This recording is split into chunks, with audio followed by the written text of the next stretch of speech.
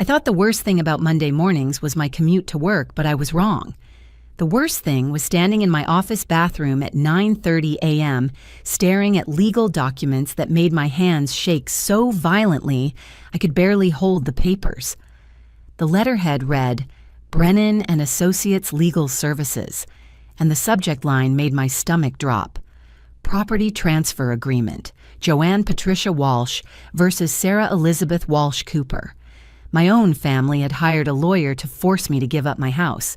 Not sell it, not negotiate about it, but literally hand over the keys to my 3-bedroom colonial home in exchange for my sister's cramped downtown apartment. The reason, according to the official legal language, was that childless adults should make reasonable sacrifices to ensure family members with dependent children have adequate living space. At the bottom of the document, in his familiar, scratchy handwriting, was my father's signature. This couldn't be real.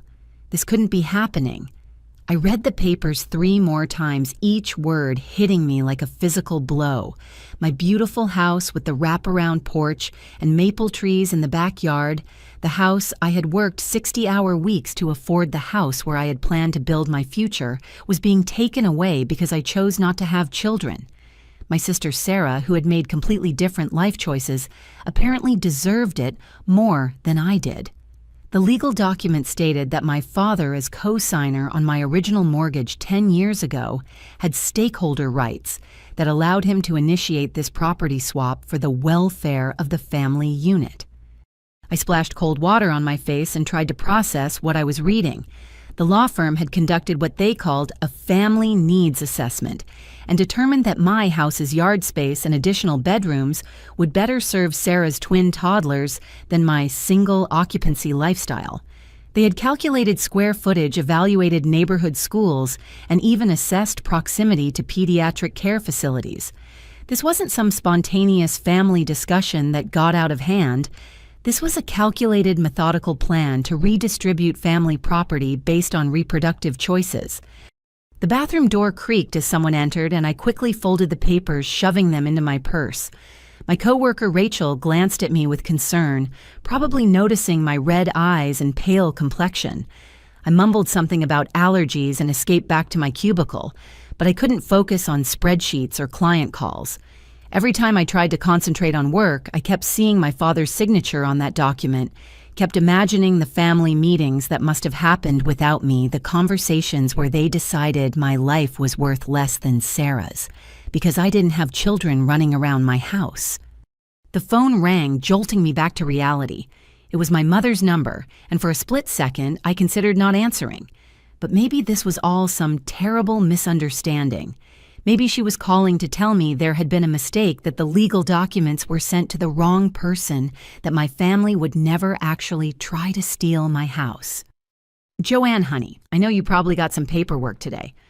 My mother's voice was artificially calm, the tone she used when she was trying to manage a situation she knew was explosive. "Your father and I would like you to come over for dinner tonight so we can discuss this as a family. Sarah and the children will be here too." My throat felt like sandpaper. "Mom, what is this? What are these legal papers?" "We can talk about everything tonight, sweetie. Just come over around 6 o'clock. We're having pot roast, your favorite." She hung up before I could ask any more questions, leaving me staring at my phone in disbelief. They were treating this like a normal family dinner invitation, as if they hadn't just served me with legal documents demanding I surrender my home. As if pot roast could somehow make me forget that my own parents had hired an attorney to force me out of the house I had spent a decade building into my sanctuary. I spent the rest of the workday in a fog, mechanically answering emails and attending meetings, while my mind raced through possibilities. Maybe this was some kind of intervention, a way to force a conversation about family responsibilities that had gotten out of hand. Maybe the lawyer had misrepresented what my parents wanted, or maybe there were details I didn't understand. But deep down in the pit of my stomach, I knew this was exactly what it appeared to be. My family believed I didn't deserve my house because I had chosen a different path than my sister. The drive to my parents' house that evening felt like driving to my own execution. Every familiar landmark, every street I had traveled thousands of times, seemed different now that I knew what was waiting for me. The house where I had grown up, where I had felt safe and loved, now felt like enemy territory. I sat in the driveway for 10 minutes watching the warm yellow light spilling from the kitchen windows, trying to gather the courage to walk into what I knew would be an ambush. The moment I stepped through my parents' front door, I knew this wasn't going to be a normal family dinner. Sarah was sitting in the living room with her 3-year-old twins, Emma and Ethan, but instead of the usual chaos of toys and sippy cups scattered everywhere, the scene looked staged. The children were quietly coloring at the coffee table while Sarah sat with perfect posture, wearing what I recognized as her serious conversation outfit, a navy blue dress that she reserved for parent-teacher conferences and doctor appointments. My mother emerged from the kitchen wiping her hands on her apron, but her usual warm greeting was replaced by a nervous smile that didn't reach her eyes. "Joanne, wonderful you're here. Why don't you come into the dining room? We have someone we'd like you to meet." My stomach clenched as I followed her through the doorway. Seated at our family dining table in the chair that had been mine throughout my childhood was a man in his 50s wearing a charcoal gray suit and wire-rimmed glasses. He stood up as I entered, extending his hand with the practiced confidence of someone accustomed to delivering unwelcome news. "Miss Walsh, I'm Harold Brennan from Brennan & Associates. I believe you received our correspondence regarding the property transfer proposal." I stared at his outstretched hand without taking it, my mind reeling. They had actually invited the lawyer to my parents' house. This wasn't a family discussion that had gotten legal advice. This was a coordinated attack planned and executed with military precision. My father appeared behind me, closing the dining room doors as if we were having some kind of board meeting. He looked older than I remembered, more fragile, and he wouldn't meet my eyes as he took his seat across from the lawyer. The formal place settings my mother had laid out suddenly made sense. This wasn't dinner. This was a negotiation where I was the only person who didn't know the terms. "Please sit down, Joanne," my mother said, gesturing to the only empty chair which happened to be directly across from Brennan. "Let's discuss this civilly." "Discuss what?" My voice came out sharper than I intended. "Stealing my house." Sarah's voice floated in from the living room carrying that martyred tone she had perfected over the years. "The children, Mom. Can we keep our voices down?" Brennan opened a leather folder and spread several documents across the table. I recognized the papers I had received that morning, but there were additional forms charts and what appeared to be property assessments. He had come prepared for war while I hadn't even known there was going to be a battle. "Miss Walsh, I understand the situation is emotionally challenging." Brennan began, his voice smooth and practiced. "But let's look at this from a practical perspective. Your current residence is a 3-bedroom, 2-bathroom colonial home situated on approximately half an acre with a fenced backyard and proximity to Riverside Elementary School, which has an excellent rating for families with young children." He slid a photograph across the table. It was my house, but taken from an angle that emphasized the yard space and the swing set I had installed for when Sarah's kids visited. Seeing my home reduced to square footage calculations and school district ratings made me feel sick. Meanwhile, your sister's current residence is a 1-bedroom apartment in a building that doesn't allow children to play outside unsupervised.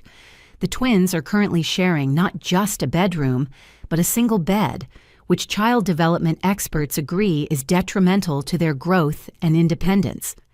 Another photograph appeared, this one showing Sarah's cramped apartment with 2 toddler beds, squeezed into a space barely larger than my walk-in closet. I had been to Sarah's apartment dozens of times, and while it was small, it had never seemed like a crisis, requiring legal intervention. Furthermore, Brennan continued consulting another document.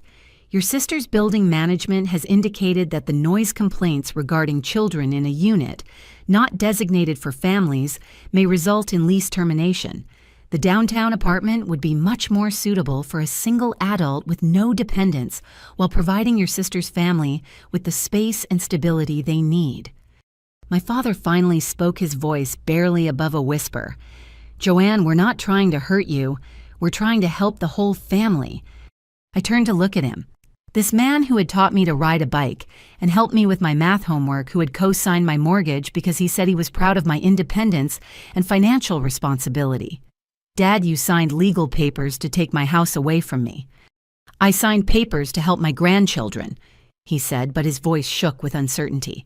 "Harold explained that since I co-signed your mortgage, I have the legal right to ensure the property serves the family's best interests." This was the moment I realized how deep the betrayal went. My father hadn't been tricked or pressured into signing those documents. He had been convinced that my life, my choices, my decade of hard work and sacrifice meant less than Sarah's need for more space. He had been convinced that being childless made me less deserving of the home I had earned. Brennan produced another document, this one thick, with legal terminology and official seals.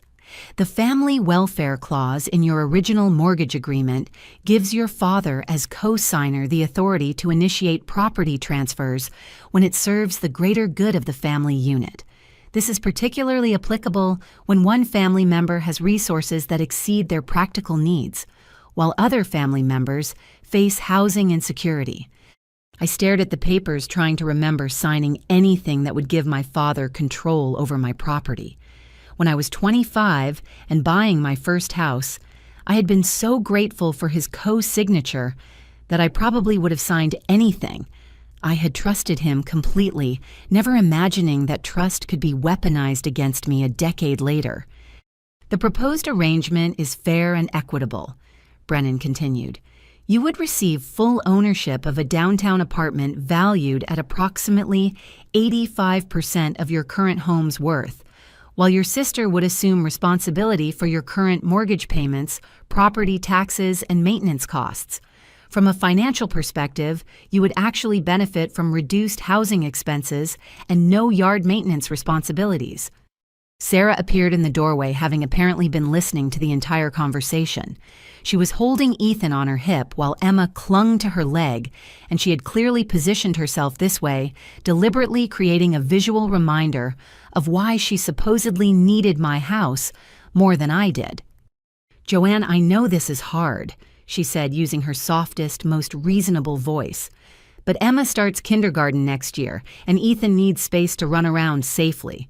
My apartment building doesn't even have a playground, and the nearest park is 6 blocks away with no safe place to cross the street." I looked at my sister, remembering all the times she had borrowed money she never repaid, all the times she had called me in tears about her latest crisis, all the times I had dropped everything to help her with the children, or her relationship problems, or her career struggles. Now she was standing in my parents' dining room with a lawyer demanding that I sacrifice my home to solve her housing problems. "Sarah, you chose to have children. You chose to live in that apartment. I chose to buy a house I could afford and work the hours necessary to maintain it. Why is your choice more important than mine?" The room went silent except for the sound of Emma starting to whimper. Sarah's expression shifted from pleading to cold determination, and I saw a glimpse of calculation that made me realize this conversation had been rehearsed. "Because children's needs come before adult wants," she said, adjusting her grip on Ethan. "Because family means sacrifice. Because some things are more important than personal convenience." Brennan cleared his throat, drawing attention back to his documents. "Miss Walsh, I should mention that your father's co-signature on the mortgage includes what's called a family welfare clause.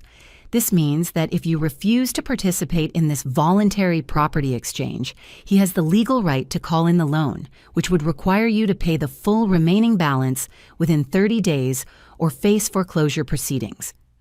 The words hit me like a physical blow.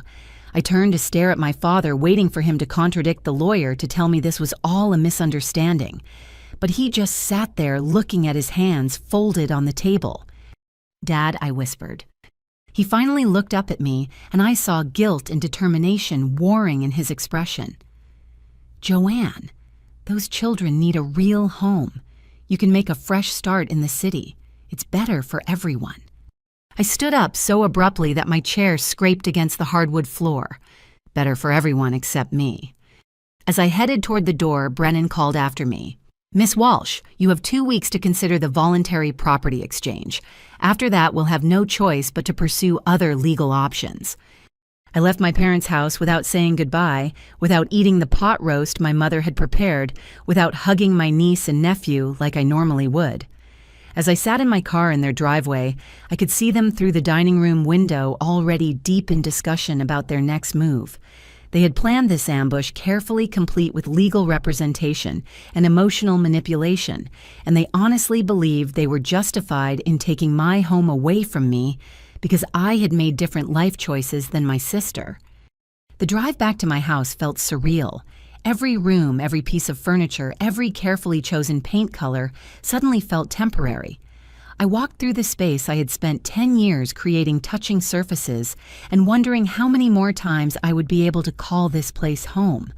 The swing set in the backyard that I had installed for Sarah's children now looked like evidence against me, proof that I had more space than I needed as a childless woman. But as I stood in my kitchen looking out at the garden I had planted and the bird feeder I filled every morning, something shifted inside me. This wasn't just about a house. This was about my right to exist as a complete person without children, my right to make choices about my own life, my right to be treated as an equal member of my family regardless of my reproductive decisions. If I let them take this from me, I would be agreeing that my life was worth less than Sarah's, that my decade of hard work meant nothing, that being childless made me a second-class citizen in my own family. I wasn't going to let that happen. The phone call started the next morning at 6:15 a.m. I was barely awake when my mother's ringtone jolted me from a restless sleep filled with dreams about moving trucks and legal documents. I let it go to voicemail, then listened to her message while drinking my coffee in the kitchen that might not be mine much longer. "Joanne, honey, I know you're upset, but you need to think about what's best for the family. Those babies are living in conditions that just aren't suitable. Sarah showed me pictures of how cramped everything is, and Emma asked me yesterday why Aunt Joanne has such a big house when they have to sleep in the same room. How do you explain that to a 3-year-old? 3 more calls came before I left for work. My father's voice strained and formal, explaining that he had responsibilities as a grandfather and hoped I would come to my senses. Sarah crying, saying that Ethan had been asking why he couldn't have his own bedroom like other kids at daycare. Even my Aunt Patricia called, having apparently been briefed on the situation, suggesting that I think about what really matters in life. At work, I tried to focus on my quarterly reports, but concentration was impossible.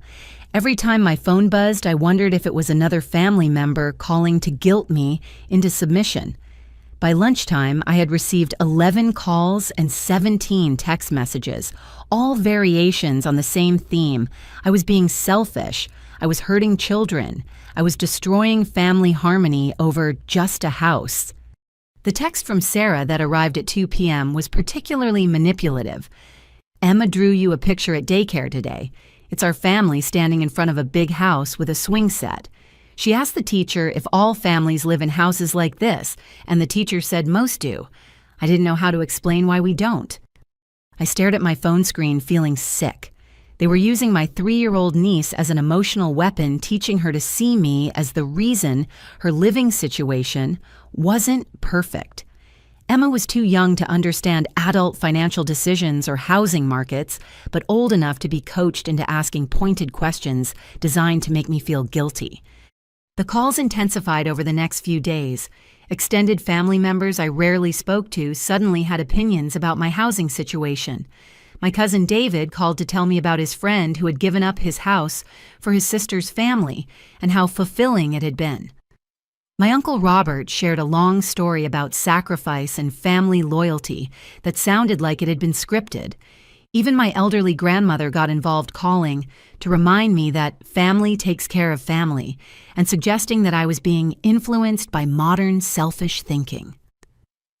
But it wasn't just phone calls. Sarah had weaponized social media with surgical precision. Her Facebook posts had shifted from typical mom updates to carefully crafted narratives about their housing struggles. Photos of the twins crowded together in their small bedroom were accompanied by captions like, "Grateful for what we have, but dreaming of space for them to grow," and "Sometimes I wonder what it would be like if they could have their own room someday." The comments on her posts were even worse. Family, friends, and distant relatives who had no idea about the legal documents or property transfer demands were responding with sympathy and offers of help. Several people suggested she look into family assistance programs, not knowing that the family assistance she was seeking involved stealing my house. Then came the Facebook post that made my blood boil. Sarah had uploaded a photo of the twins playing in my backyard from their last visit with the caption, "They love having space to run around safely. Every child deserves this kind of environment to grow up healthy and happy, praying for a solution that puts their needs first." Within hours, the post had dozens of comments from people who didn't know the full story. "Those babies need that yard space," wrote one of Sarah's former co-workers. "I hope their family can help them find something better," added a woman from her church. "Children should always come first," declared someone I didn't even recognize. But the comment that shocked me most came from my own mother. "We're working on finding them a solution. Some people just need to remember what's truly important in life." My own mother was participating in Sarah's public manipulation campaign, making cryptic references to my selfishness without mentioning that they were trying to legally force me out of my home. To everyone reading these posts, I was the unnamed villain standing in the way of two innocent children having adequate housing. The pressure campaign reached a new level when my father showed up at my office on Thursday afternoon. I was in the middle of a client presentation when my assistant knocked on the conference room door looking uncomfortable. "I'm sorry to interrupt, but there's a family emergency. Your father is in the lobby and says he needs to speak with you immediately." My heart stopped. Family emergency could mean anything, and despite everything that was happening, I still loved my family.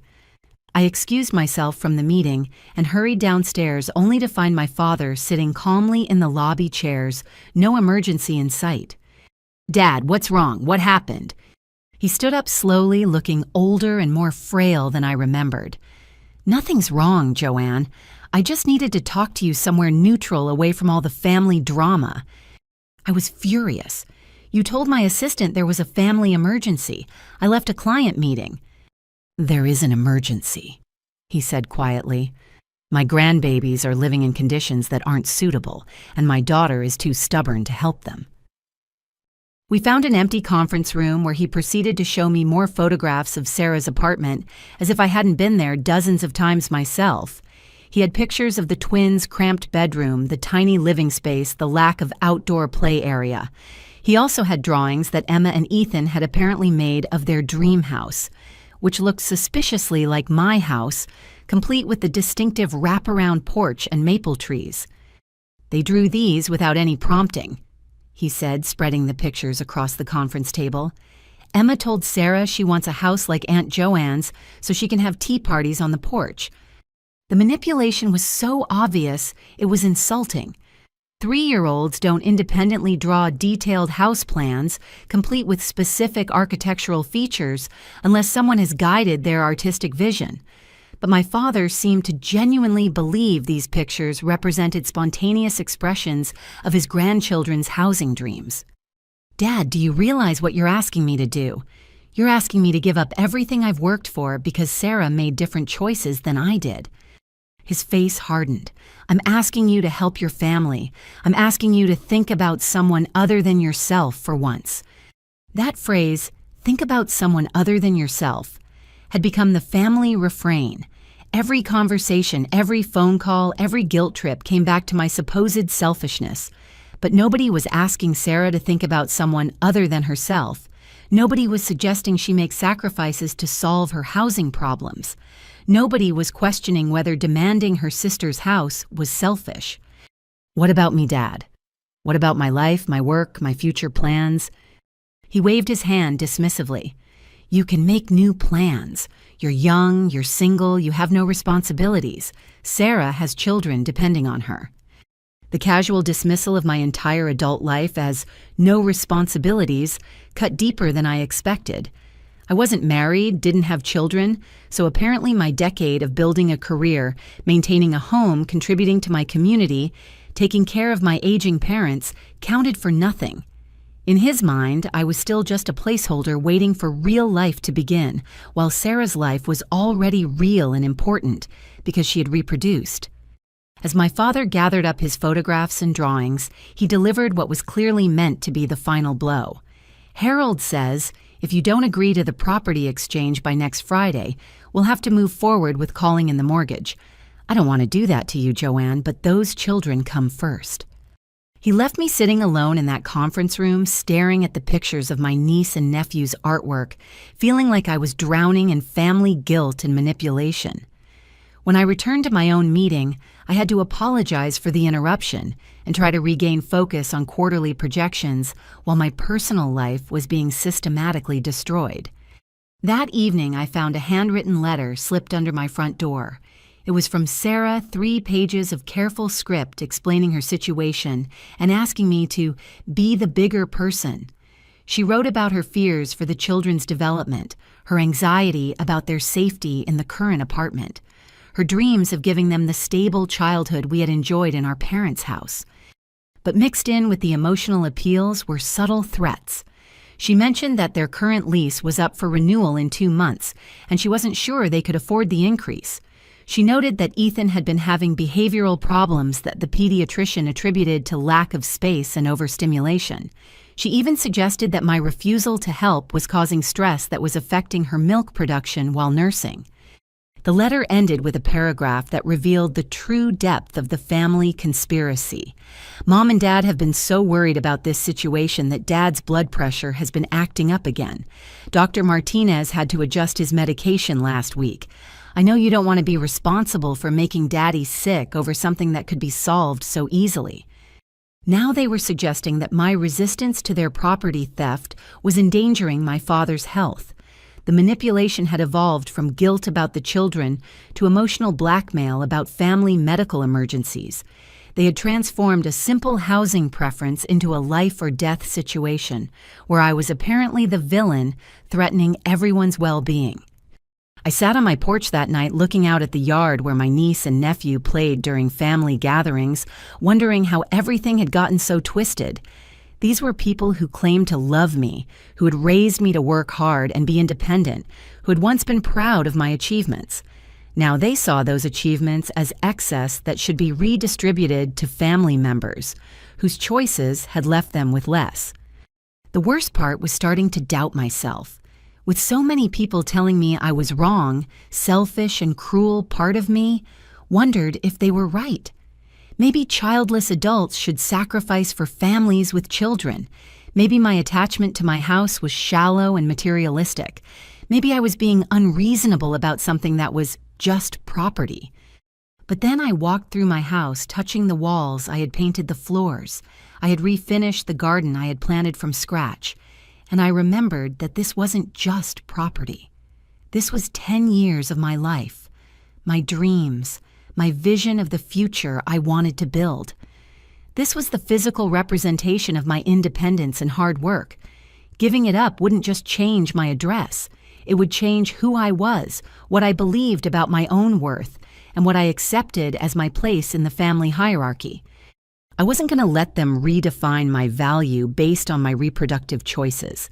I wasn't going to accept that my life mattered less than Sarah's because she had children and I didn't. And I definitely wasn't going to reward this coordinated campaign of manipulation and guilt by giving them exactly what they wanted. But I also realized I couldn't fight this battle alone. They had lawyers, family support, and a carefully orchestrated pressure campaign designed to wear down my resistance. If I was going to protect my home and my rights, I needed help from someone who understood both the legal and emotional weapons being used against me. It was time to find my own lawyer. Finding a lawyer turned out to be more difficult than I expected. My first call to Johnson & Associates seemed promising until the receptionist asked for more details about my case. When I mentioned Harold Brennan and family property disputes, there was a long pause before she informed me that their firm had a conflict of interest and couldn't represent me. The second law firm, Martinez Legal Services, had a similar response. The paralegal who took my call seemed sympathetic until I provided specifics about the property transfer demand and my family's involvement. She put me on hold for several minutes before returning to explain that they had prior obligations that prevented them from taking my case. By the time the third firm, Davidson and Partners, gave me the same runaround, I realized this wasn't coincidence. Brennan had been thorough in his preparation, creating conflicts of interest with local attorneys before I even knew I needed legal representation. The manipulation ran deeper than family guilt trips and social media campaigns. He had systematically eliminated my access to legal help in my own community. That's when Brennan himself called me directly. "Miss Walsh, I understand you've been making inquiries about independent legal representation." His voice was smooth and confident with an undertone that made my skin crawl. "I wanted to reach out personally to discuss your options and perhaps clear up some misunderstandings about your situation." "What misunderstandings?" I asked, trying to keep my voice steady. "Well, for instance, many people don't realize that family welfare clauses in mortgage agreements are quite standard and legally binding. Your father's rights as co-signer aren't just ceremonial. He has legitimate authority to make decisions that serve the family's best interests, especially when it comes to ensuring adequate housing for minor children." I was sitting in my kitchen looking out at the garden I had spent years cultivating, while this stranger explained how my own mortgage could be used against me. "Mr. Brennan, I never agreed to any family welfare clause. I would remember signing something that gave my father control over my property." His chuckle was condescending. "Miss Walsh, you were 25 when you signed those documents. Young adults often don't fully understand the implications of complex financial agreements, especially when they're focused on achieving their immediate goal of home ownership. The clause was explained to your father as the co-signer since he was assuming the primary financial risk." "Primary financial risk? I've been making every payment for 10 years. "Of course, but co-signers remain liable for the full loan amount in case of default. Your father has a vested interest in ensuring the property maintains its value and serves its highest and best use. A family home should serve a family's needs. Wouldn't you agree?" The way he twisted language made my head spin. Somehow my decade of perfect payment history was irrelevant, while my father's signature on a piece of paper gave him authority over my life choices. According to Brennan's logic, buying a house as a single woman had been presumptuous, and my family was simply correcting that oversight. "I'd like to review my original mortgage documents," I said. "Certainly, though I should mention that several local law firms have declined to represent you due to potential conflicts of interest. This is actually quite common in family property matters, since many attorneys prefer to avoid cases that could damage long-standing relationships with other clients." Translation: he had made sure I couldn't get legal help locally, but his next words revealed the true scope of his manipulation. "However, I'd be happy to recommend some attorneys in neighboring counties who could review your documents and explain your limited options. Of course, hiring out-of-town representation would be significantly more expensive than resolving this matter through family cooperation." Even his offer to help was a trap designed to drain my resources while reinforcing his narrative that resistance was futile. But his confidence also revealed something important. If he was working this hard to prevent me from getting independent legal advice, then my case might not be as hopeless as he wanted me to believe. "I appreciate your concern, Mr. Brennan, but I'll find my own representation." "Miss Walsh, may I speak frankly? Your family loves you. They're not trying to harm you. They're simply trying to solve a housing crisis that affects 2 innocent children. The longer you delay making a reasonable decision, the more expensive and complicated this situation becomes for everyone involved." After he hung up, I sat staring at my phone, feeling like I was trapped in a legal maze designed by people who knew the system far better than I did. But Brennan had made one mistake in his smooth sales pitch. He had confirmed that my original mortgage documents were the key to understanding my rights.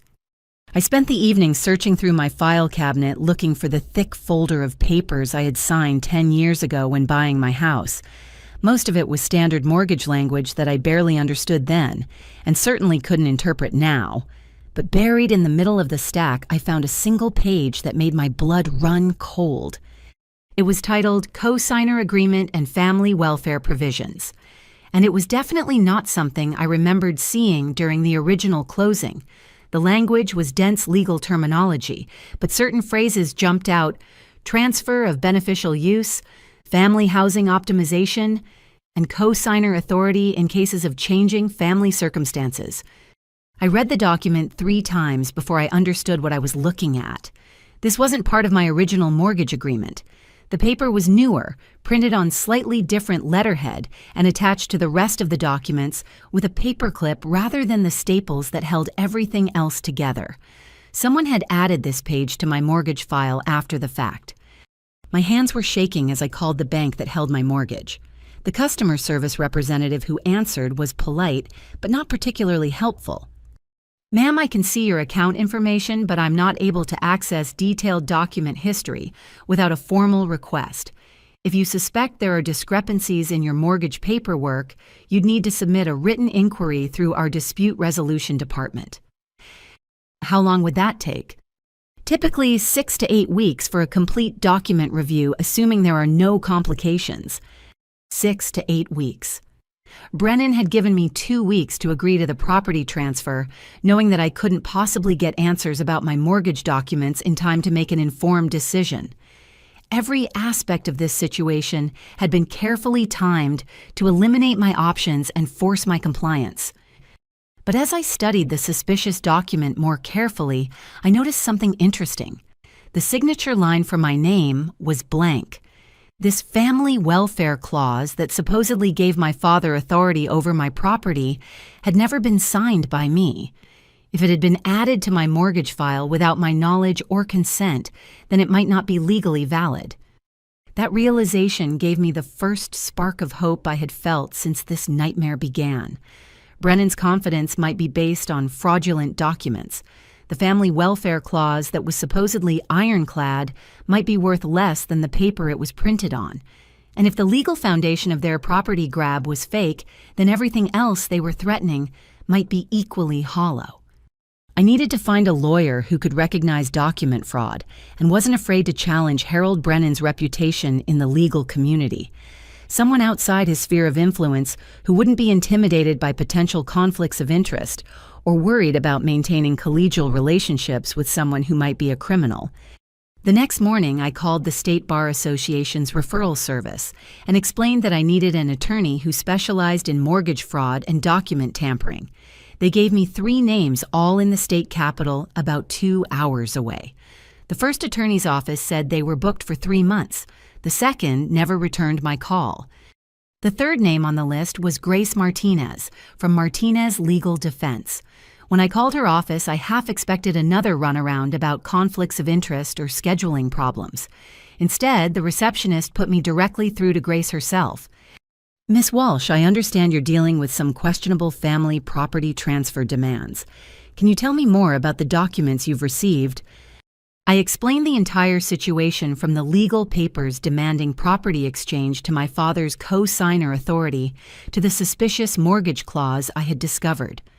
Grace listened without interrupting, asking pointed questions about timing, document authenticity, and Brennan's involvement with other local attorneys. "Miss Walsh, what you're describing sounds like a pattern I've seen before. Family property manipulation cases often involve document alteration, manufactured legal authority, and systematic elimination of the victim's access to independent counsel. Can you bring your mortgage papers to my office tomorrow afternoon? I'd like to examine them in person." For the first time in days, I felt like someone was taking my situation seriously. Grace didn't dismiss my concerns or suggest that I should cooperate with my family's demands. She recognized the legal manipulation for what it was and seemed confident that it could be challenged. "One more question," she said before we hung up.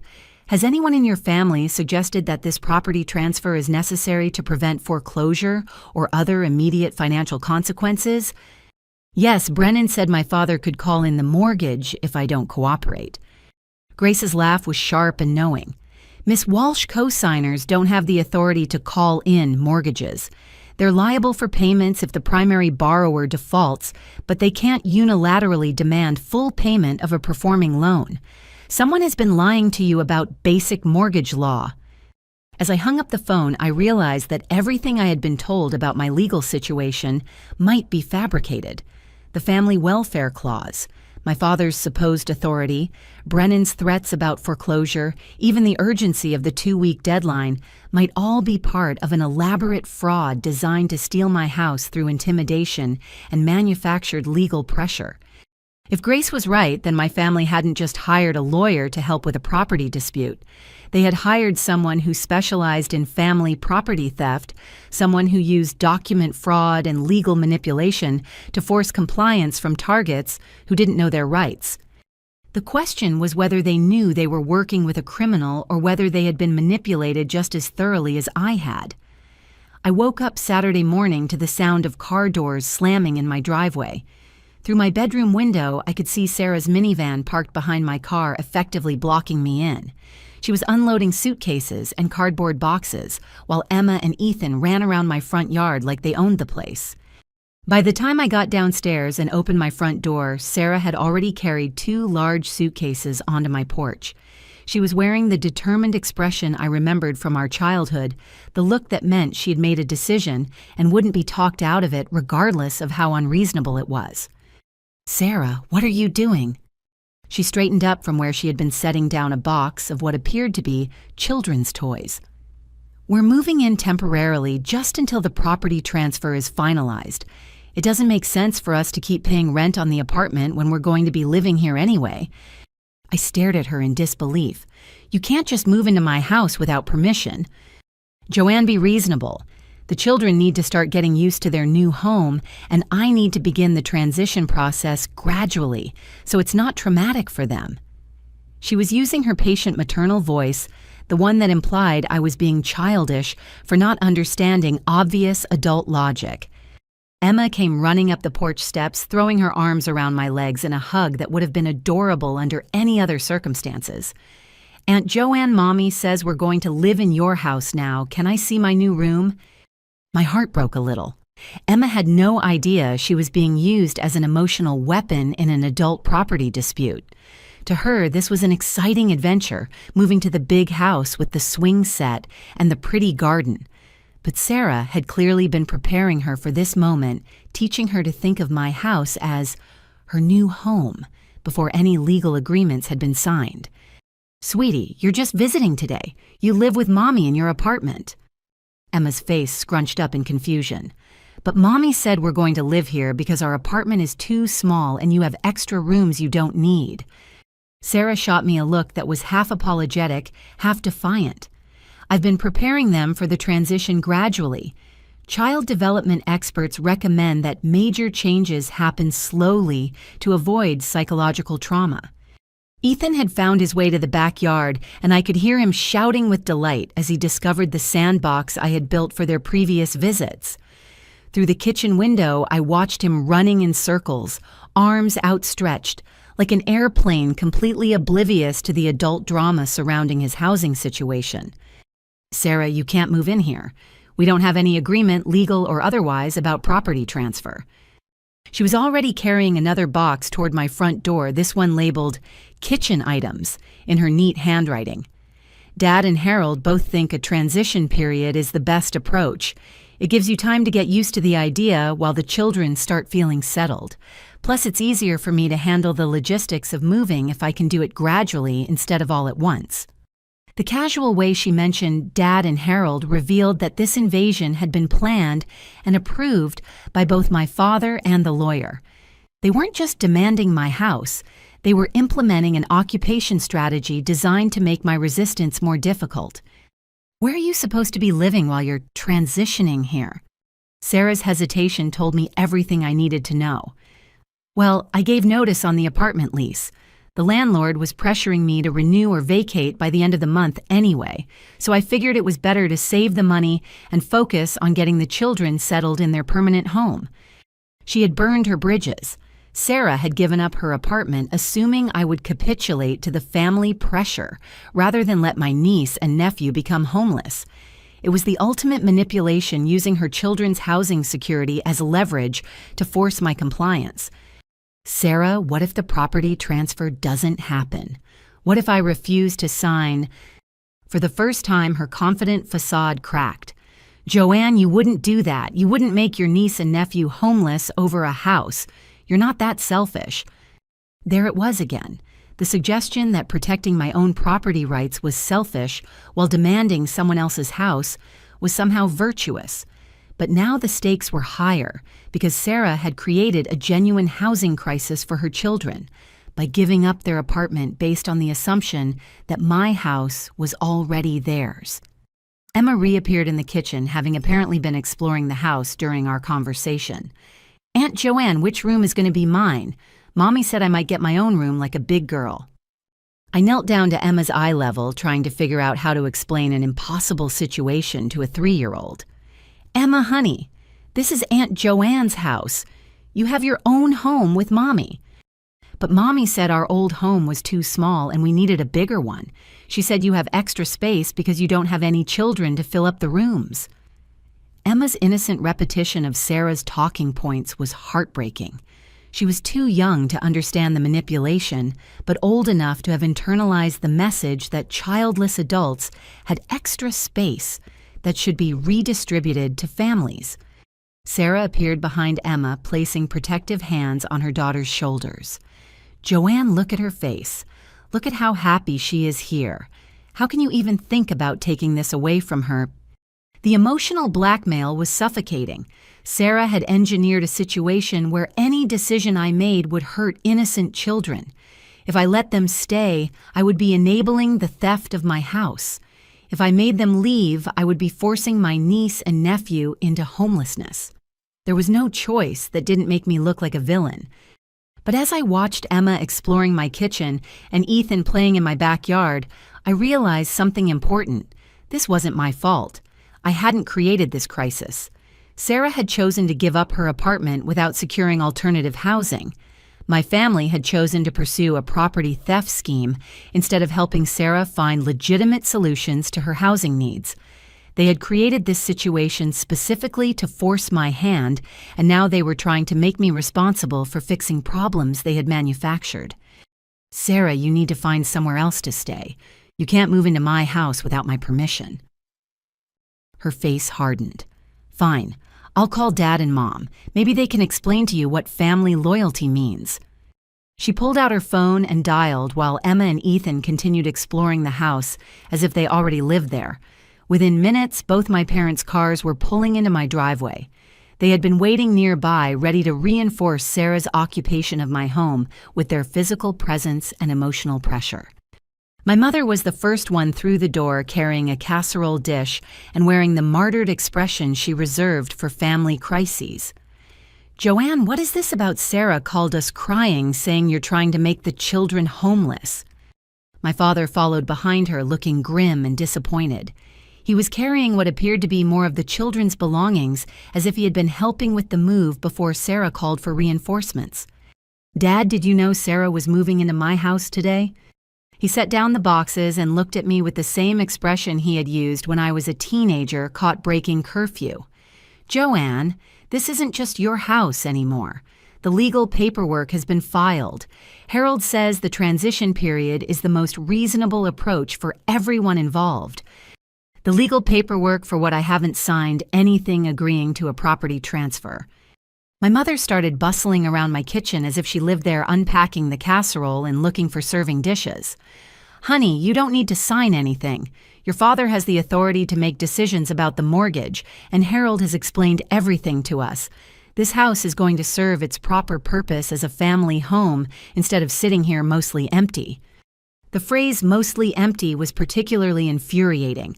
My house wasn't empty. It was home to me. Every room had a purpose. Every space reflected my choices and personality. But in their minds, a house occupied by a single person was wasteful, regardless of who owned it or who paid the mortgage. Emma had found her way to the living room and was examining my bookshelf with the serious concentration of a child who was cataloging her new possessions. "Aunt Joanne, do you have any books for kids?" Mommy said. "When we live here, you could read me bedtime stories in my new room." Sarah had been telling the children that I would continue to live in the house after they moved in, as if I would become a live-in babysitter in my own home. The assumption was that I would not only give up ownership of my property, but also provide free childcare and maintain the house for Sarah's benefit. "Sarah, exactly what arrangement did you think we were going to have here?" She looked surprised by the question. "Well, obviously, you'll move to the downtown apartment eventually, but there's no rush. You could stay here for a while during the transition, help the children get settled. Maybe watch them after school, since you don't have the same family obligations I do." The casual way she described my future role as an unpaid nanny in my own former house was breathtaking. In Sarah's vision, I would not only surrender my property, but also my independence, becoming a support system for her family's convenience. My father cleared his throat, drawing attention to himself. "Joanne Harold wants to meet with all of us on Monday morning to finalize the details. He says if we can get this resolved quickly, it'll be much easier on everyone, especially the children. And if I refuse to meet with Harold..." The silence that followed was heavy with unspoken threats. Finally, my father spoke in the careful tone he used for delivering ultimatums. "Then he'll have no choice but to pursue foreclosure proceedings based on the Family Welfare Clause violations. Joanne, I don't want to see you lose everything, but I won't let my grandchildren suffer because you're being stubborn about material possessions." As I looked around my kitchen filled with my family members who were casually discussing the theft of my home, while my niece and nephew played with their toys in my living room, I realized that Monday's meeting wasn't going to be a negotiation. It was going to be a formality where I would be presented with documents to sign, surrounded by family pressure and emotional manipulation, while my own home was already being occupied by the people who intended to take it from me. But they had made one crucial mistake in their escalation strategy by forcing this confrontation. They had eliminated any possibility of voluntary cooperation. I had spent days wondering if maybe they were right, if maybe I should sacrifice for my family's needs. But watching them methodically dismantle my autonomy while using my love for Emma and Ethan as a weapon had clarified my thinking completely. I wasn't going to reward this manipulation by giving them what they wanted. I wasn't going to teach my niece and nephew that taking other people's property was acceptable if you really wanted it. And I definitely wasn't going to let Harold Brennan profit from what was looking more and more like an elaborate fraud scheme. Monday's meeting was going to be very different from what they expected. Sunday night, I couldn't sleep. The sound of Emma and Ethan's voices echoing through my house, the sight of Sarah's belongings scattered across my living room, the casual way my family had invaded my sanctuary kept replaying in my mind. Around 2 a.m., I gave up on sleep and decided to do something productive with my insomnia. I started going through every piece of paperwork related to the property transfer demand, looking for details I might have missed. Hidden in the back of Harold Brennan's folder was a document I hadn't noticed before, a property assessment report dated 3 weeks ago. Someone had been evaluating my house's market value well before they presented me with any legal paperwork. But what caught my attention wasn't the assessment itself, it was the address listed for comparison properties. One of them was Sarah's apartment building, listed as conversion candidate for condominium development. The report noted that current renters would face substantial buy-in requirements or mandatory relocation within 6 months. My stomach dropped. Sarah hadn't mentioned anything about condominium conversion. According to this document, she wasn't just facing cramped living conditions, she was facing eviction unless she could afford to buy her apartment at market rate. The family's sudden urgency about housing made a lot more sense when viewed as a financial emergency rather than a children's welfare issue. I spent the next 3 hours researching condominium conversions online, learning about tenant rights and notification requirements. In our state, landlords had to provide 90 days' notice before beginning conversion proceedings. If Sarah's building was starting that process, she would have known about the timeline well before my family ambushed me with property transfer demands. At 6 a.m., I drove to Sarah's apartment building to see what I could learn. The lobby bulletin board told me everything I needed to know, posted notices about upcoming ownership transition opportunities and resident purchase options with deadlines that matched the timeline of my family's legal pressure campaign. Sarah had known for months that she would need to either buy her apartment or find new housing. Instead of telling the family about her financial crisis, she had worked with my parents and Harold Brennan to solve her problem by taking my house. The touching story about children needing more space was a cover for a much more urgent economic reality. But why hadn't they just asked for help? Why the elaborate legal manipulation, instead of a straightforward family conversation about Sarah's housing crisis? I drove to my parents' house to get answers arriving, just as my father was leaving for his morning walk. "Dad, we need to talk. I know about the condominium conversion." His face went pale. "Joanne, what are you doing here so early?" "I'm trying to understand why my own family chose lies and manipulation instead of honesty about Sarah's situation." He looked older than his 73 years as he invited me inside. My mother was in the kitchen making coffee, and she nearly dropped the pot when she saw me. "Joanne, what are you doing here? Shouldn't you be getting ready for work?" "I'm taking a personal day. We need to discuss Sarah's real housing situation." The look that passed between my parents confirmed that they knew more than they had admitted. My mother sat down heavily at the kitchen table, suddenly looking as exhausted as I felt. "Your sister didn't want you to know about the financial problems," she said quietly. "She was embarrassed about not being able to afford the apartment purchase option." "How much does she need?" My father cleared his throat uncomfortably. "The buy-in option is $85,000, plus monthly association fees that are twice what she's currently paying in rent." The numbers made Sarah's desperation clear, but they also revealed something else. My house was worth approximately $240,000, meaning the property swap would give Sarah's family about $150,000 in equity beyond what they needed to solve their housing crisis. "Dad, if Sarah needs $85,000, why are you trying to give her a house worth $240,000? The uncomfortable silence told me I had identified the real issue. This wasn't about helping Sarah avoid eviction. This was about transferring substantial family wealth from me to her under the guise of solving a housing emergency. "Joanne R., my mother said carefully, "Sarah's family has expenses you don't understand. Childcare, medical bills, college savings. The house would provide them with financial security for the future." "What about my financial security?" My father's expression hardened. "You don't have children to provide for. You don't need the same level of financial cushioning." There it was, the underlying belief that had driven this entire scheme. My parents genuinely believed that my financial security mattered less than Sarah's because I had chosen not to have children. In their minds, my decade of mortgage payments and property improvements were just temporary stewardship until the house could be transferred to the family member who deserved it more. "Dad, do you realize what you're asking me to sacrifice? Not just the house, but my financial future, my retirement planning, everything I've built." He waved his hand dismissively. "You're young. You can rebuild. Sarah has children who need stability now." But as I pressed for more details about Sarah's finances, a more complicated picture emerged. The apartment building conversion wasn't the only financial pressure she was facing. She had credit card debt, student loans from her recent nursing degree program, and a car payment that was higher than my mortgage payment.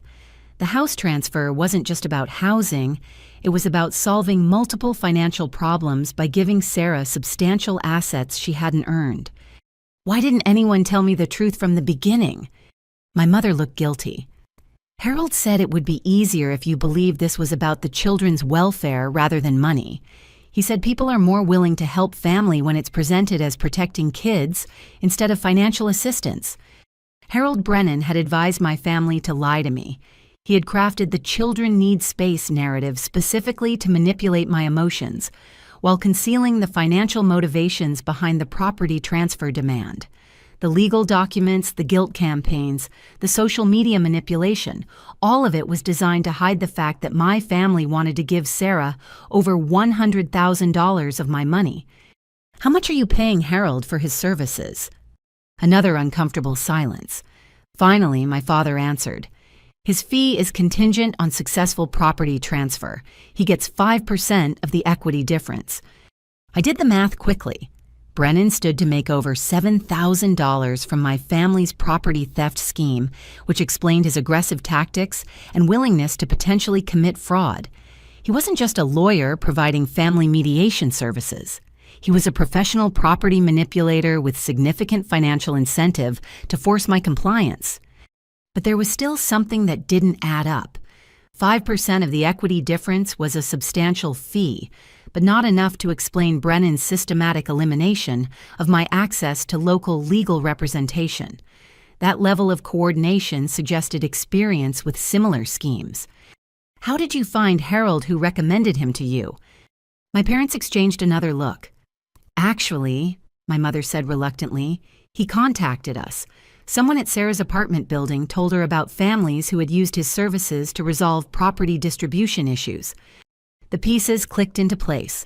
Brennan hadn't been hired by my family, he had targeted them. He specialized in identifying families facing housing crises and offering property redistribution services that benefited him financially while destroying relationships between family members. My parents and Sarah weren't criminal masterminds. They were victims of a predatory lawyer who had convinced them that stealing my house was legal and ethical. I left my parents' house with a completely different understanding of the situation. Yes, my family had betrayed me and chosen manipulation over honesty, but they had been guided by a professional who specialized in family property fraud, someone who knew exactly how to exploit family dynamics and financial pressures to generate income for himself. The question was whether I could prove that Brennan had committed fraud and whether my family would cooperate with exposing his schemes once they understood they had been manipulated as thoroughly as I had. I drove straight to Grace Martinez's office, arriving an hour before my scheduled appointment. Her receptionist let me wait in the conference room where I spread out all the documents I had discovered and tried to organize the evidence of what was looking like a sophisticated fraud operation. When Grace arrived, she took one look at my documentation and smiled grimly.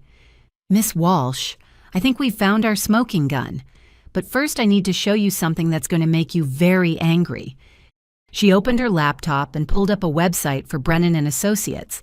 The homepage featured testimonials from satisfied clients who had used his services to optimize family property distribution and ensure fair housing allocation among relatives. One testimonial was particularly telling. Harold helped us convince my sister to share her inheritance more equitably. She was initially resistant, but his legal expertise showed her that cooperation was in everyone's best interest. "Miss Walsh, your family isn't the first, and they won't be the last. Harold Brennan has built his practice on manipulating families into property transfers that benefit him financially, while destroying relationships permanently. The good news is that his methods are so consistent, they're relatively easy to prosecute once we have enough evidence." Grace pulled out a thick file folder. "I've been tracking Brennan's activities for 2 years, ever since he targeted my own cousin's family.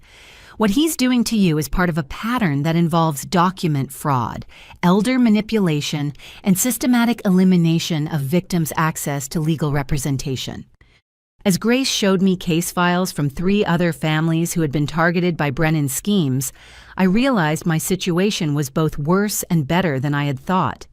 Worse because this was a professional operation that had successfully stolen property from other families. Better because Grace had been building a case against Brennan that my situation could help complete. The challenge, Grace explained, is that families usually don't report these schemes because they're embarrassed about being manipulated by relatives. The victims end up isolated from family support systems and reluctant to pursue criminal charges against people they still love despite being betrayed. But my case was different because I had discovered the fraud before signing any property transfer documents. If we moved quickly, we could not only protect my house, but also expose Brennan's operations in a way that might help other families avoid similar schemes. Miss Walsh, are you prepared for your family to face criminal charges if we can prove they participated in fraud?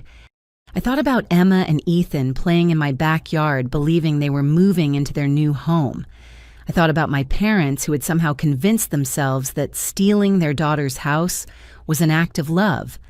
I thought about Sarah facing genuine financial crisis, but choosing manipulation over honest conversation. Grace, I want my family to understand what they've done. I want them to face consequences that make them think twice about targeting other people's property. But mostly, I want to make sure Harold Brennan can't do this to another family. She smiled, and I saw the expression of someone who had been waiting a long time for the right case to bring down a predator.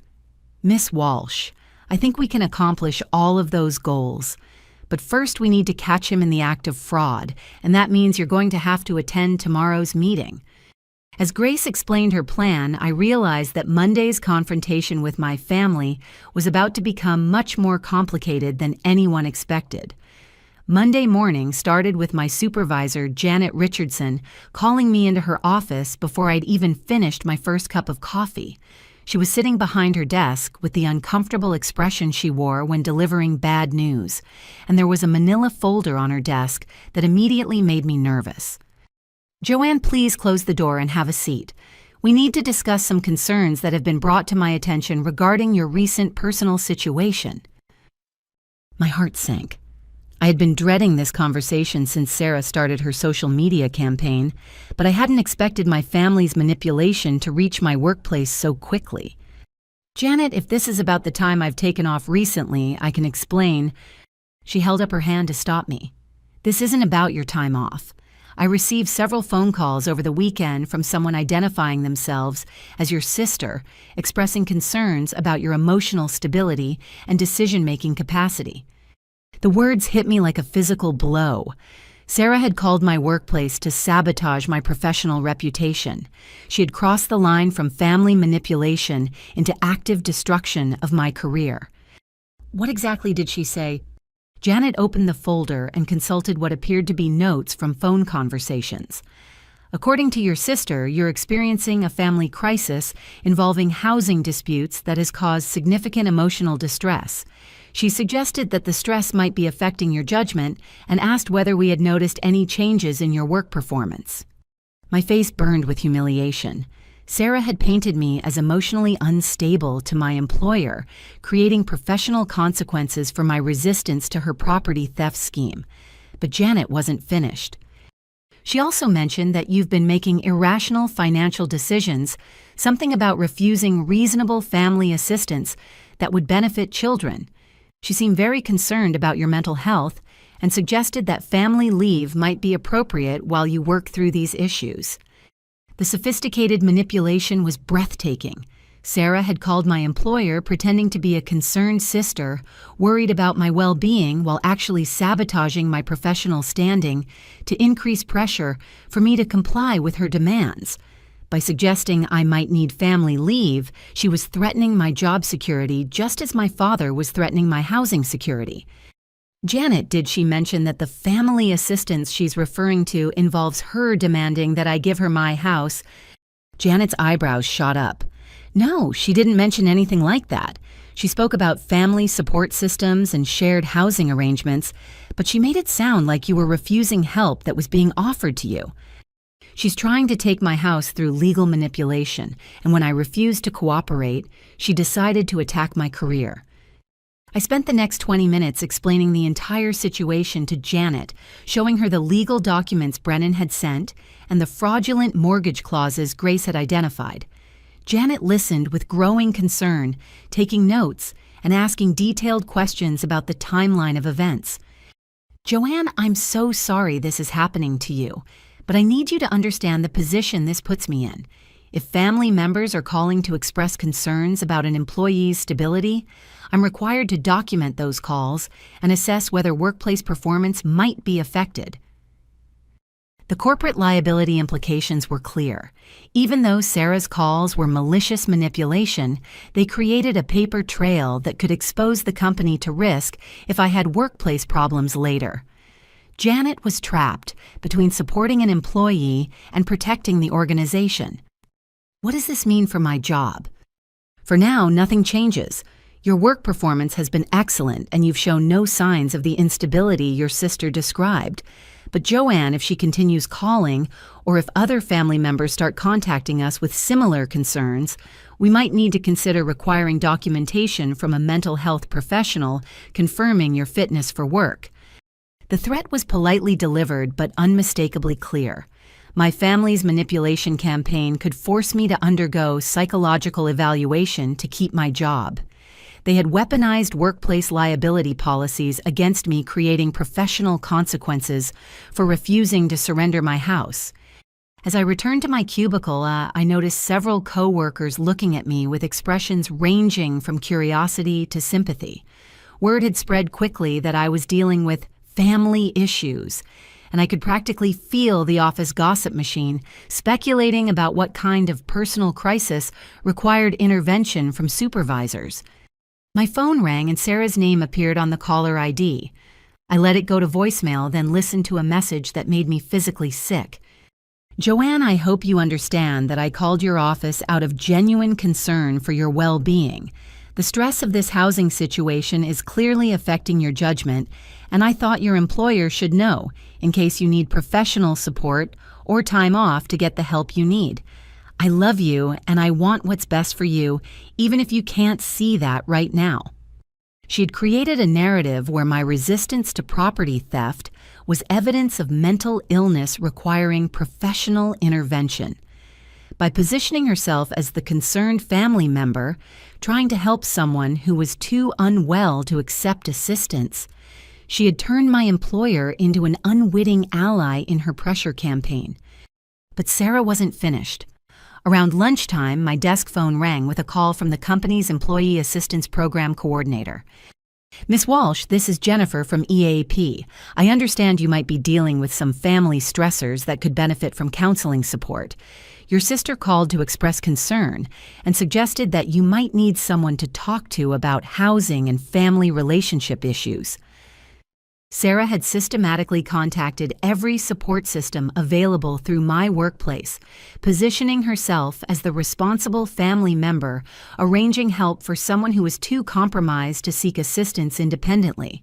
She had turned employee benefits designed to help workers through difficult times into weapons for destroying my professional reputation. Jennifer, I appreciate the offer, but I'm not experiencing the kind of crisis my sister described. She's misrepresenting a family dispute to make me look unstable. Of course, and participation in EAP services is always voluntary. But Ms. Walsh, when family members reach out expressing concerns about someone's mental health, we do take that seriously. If you're comfortable sharing, can you tell me more about the family situation that prompted her calls? I found myself in the impossible position of having to defend my sanity to workplace counselors because my sister had preemptively painted me as someone having a breakdown. Every conversation required me to explain that I wasn't the unstable family member refusing reasonable help, but rather the victim of an elaborate property theft scheme. The afternoon brought a new level of professional sabotage. 3 different co-workers approached me privately to share that they had received calls from someone claiming to be my sister. The conversations were variations on the same theme. Sarah was worried about me, I was going through a difficult time, and my friends should encourage me to accept family help that I was stubbornly rejecting. She seemed really concerned, said my cubicle neighbor Tracy. She said you were isolating yourself from family support and making decisions that weren't in your best interest. She asked me to encourage you to be more open to accepting help from people who love you. Sarah had obtained contact information from my coworkers, probably through social media research, and was systematically calling them to build a narrative about my supposed instability. She was crowdsourcing character assassination, enlisting my professional contacts as unwitting participants in her manipulation campaign. The most damaging call had been to Robert Chen, the department head, who would make decisions about my upcoming promotion review. Sarah had positioned herself as a concerned family member, worried that workplace stress was exacerbating my personal problems, suggesting that additional responsibilities might not be appropriate given my current emotional challenges. By 4 p.m., I felt like my professional life was collapsing around me. My supervisor was documenting concerns about my fitness for work. Human Resources was monitoring my situation for liability issues. My promotion prospects were being undermined by family members who were sabotaging my reputation while claiming to be concerned about my well-being. But the worst part was the gradual shift in how coworkers treated me. People who had been friendly and professional that morning were now speaking to me in the careful, sympathetic tones reserved for someone going through a crisis.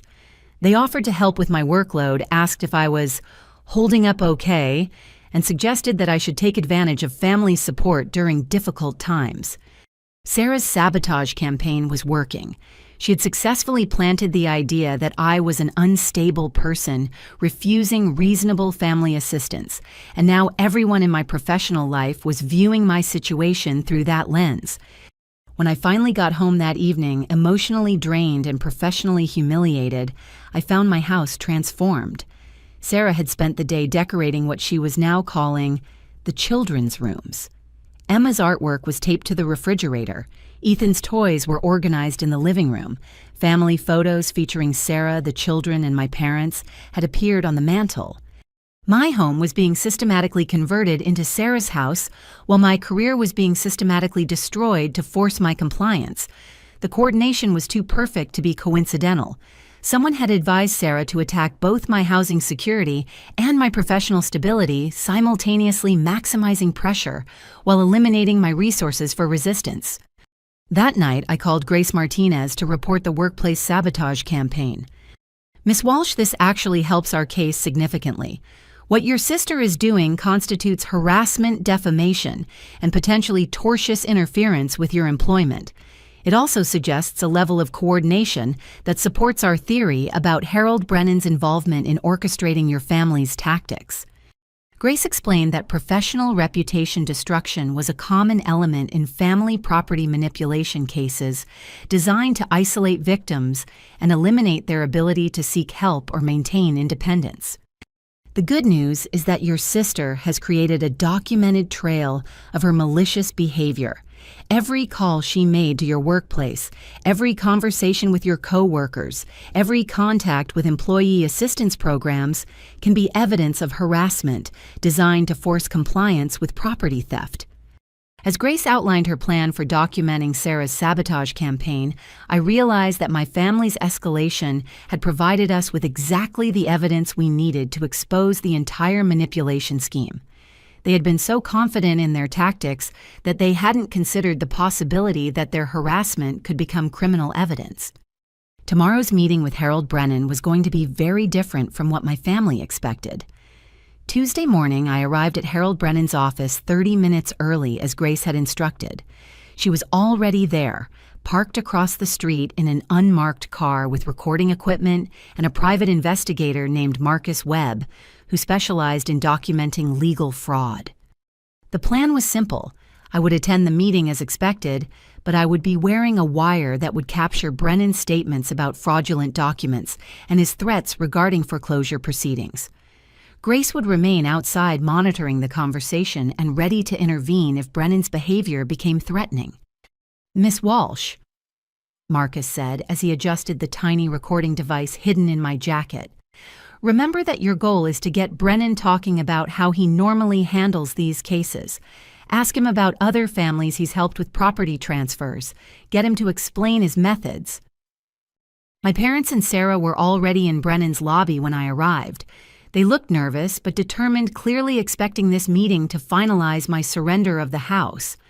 Sarah had brought a folder of what appeared to be moving logistics and school enrollment papers for the children, as if my compliance was already guaranteed. Brennan's office was decorated with family photos and legal awards designed to project trustworthiness and success. but Grace had warned me to look for signs of his specialized practice, and I quickly spotted them legal text about family property law certificates from seminars on elder financial planning, and a bookshelf filled with case files labeled with family names rather than business entities. "Miss Walsh, I'm glad you decided to join us today," Brennan said, gesturing toward a chair positioned directly across from his desk. "I hope you've had time to consider the benefits of voluntary cooperation in this property transfer." The way he phrased everything as voluntary cooperation, while surrounded by family pressure and threats of foreclosure, was clearly calculated. He was creating a legal record suggesting that any property transfer would be my choice, rather than the result of coercion. "Mr. Brennan, I'd like to understand your experience with cases like this. How many families have you helped with property redistributions?" His smile was practiced and confident. "Oh, I've been specializing in family property optimization for about 8 years now. I'd estimate I've successfully facilitated transfers in over 40 cases, maybe 50. Families are often surprised at how much smoother the process is when they have experienced legal guidance." Sarah leaned forward eagerly. "See, Joanne Harold knows what he's doing. He's helped lots of families work through these situations." "What kind of situations exactly?" I pressed. Brennan opened a file folder and spread several documents across his desk. "Typically, we see families where property ownership doesn't align with current family needs. Single adults with large houses, elderly parents with more space than they can maintain, sometimes divorced individuals who end up with assets that would better serve families with children." My father nodded approvingly. Harold explained that property should serve the family's greatest good, not just individual preferences. "And how do you convince people to transfer property when they're initially resistant?" Brennan's expression became slightly sharper, more calculating. "Well, most people become reasonable once they understand their legal obligations and family responsibilities. Co-signer agreements often include provisions that give families more flexibility than people realize. And of course, there are always financial incentives that make cooperation attractive." "What kind of financial incentives?" "For instance, in your case, your father's co-signer status gives him certain rights regarding property use and transfer. If you were to force foreclosure proceedings by refusing reasonable family accommodation, you'd lose all your equity and damage your credit permanently. Voluntary transfer preserves your financial position while serving the family's needs." I caught my breath. Brennan was admitting that the foreclosure threats were designed to coerce compliance and that co-signer agreements were being used in ways that might not be legally valid. "Mr. Brennan, how often do families actually proceed to foreclosure when someone refuses voluntary transfer?" His laugh was cold and knowing. "Miss Walsh, in 8 years of practice, I've never had a case go to foreclosure. People always become reasonable when they understand the full scope of their legal exposure and family obligations. The key is helping them see that cooperation serves their long-term interests."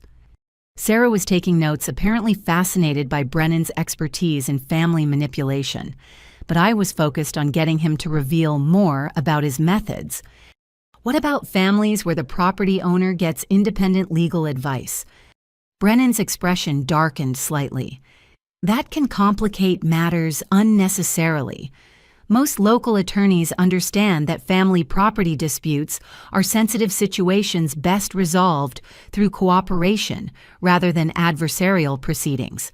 I generally recommend that families work with counsel who specialize in collaborative solutions rather than contentious litigation."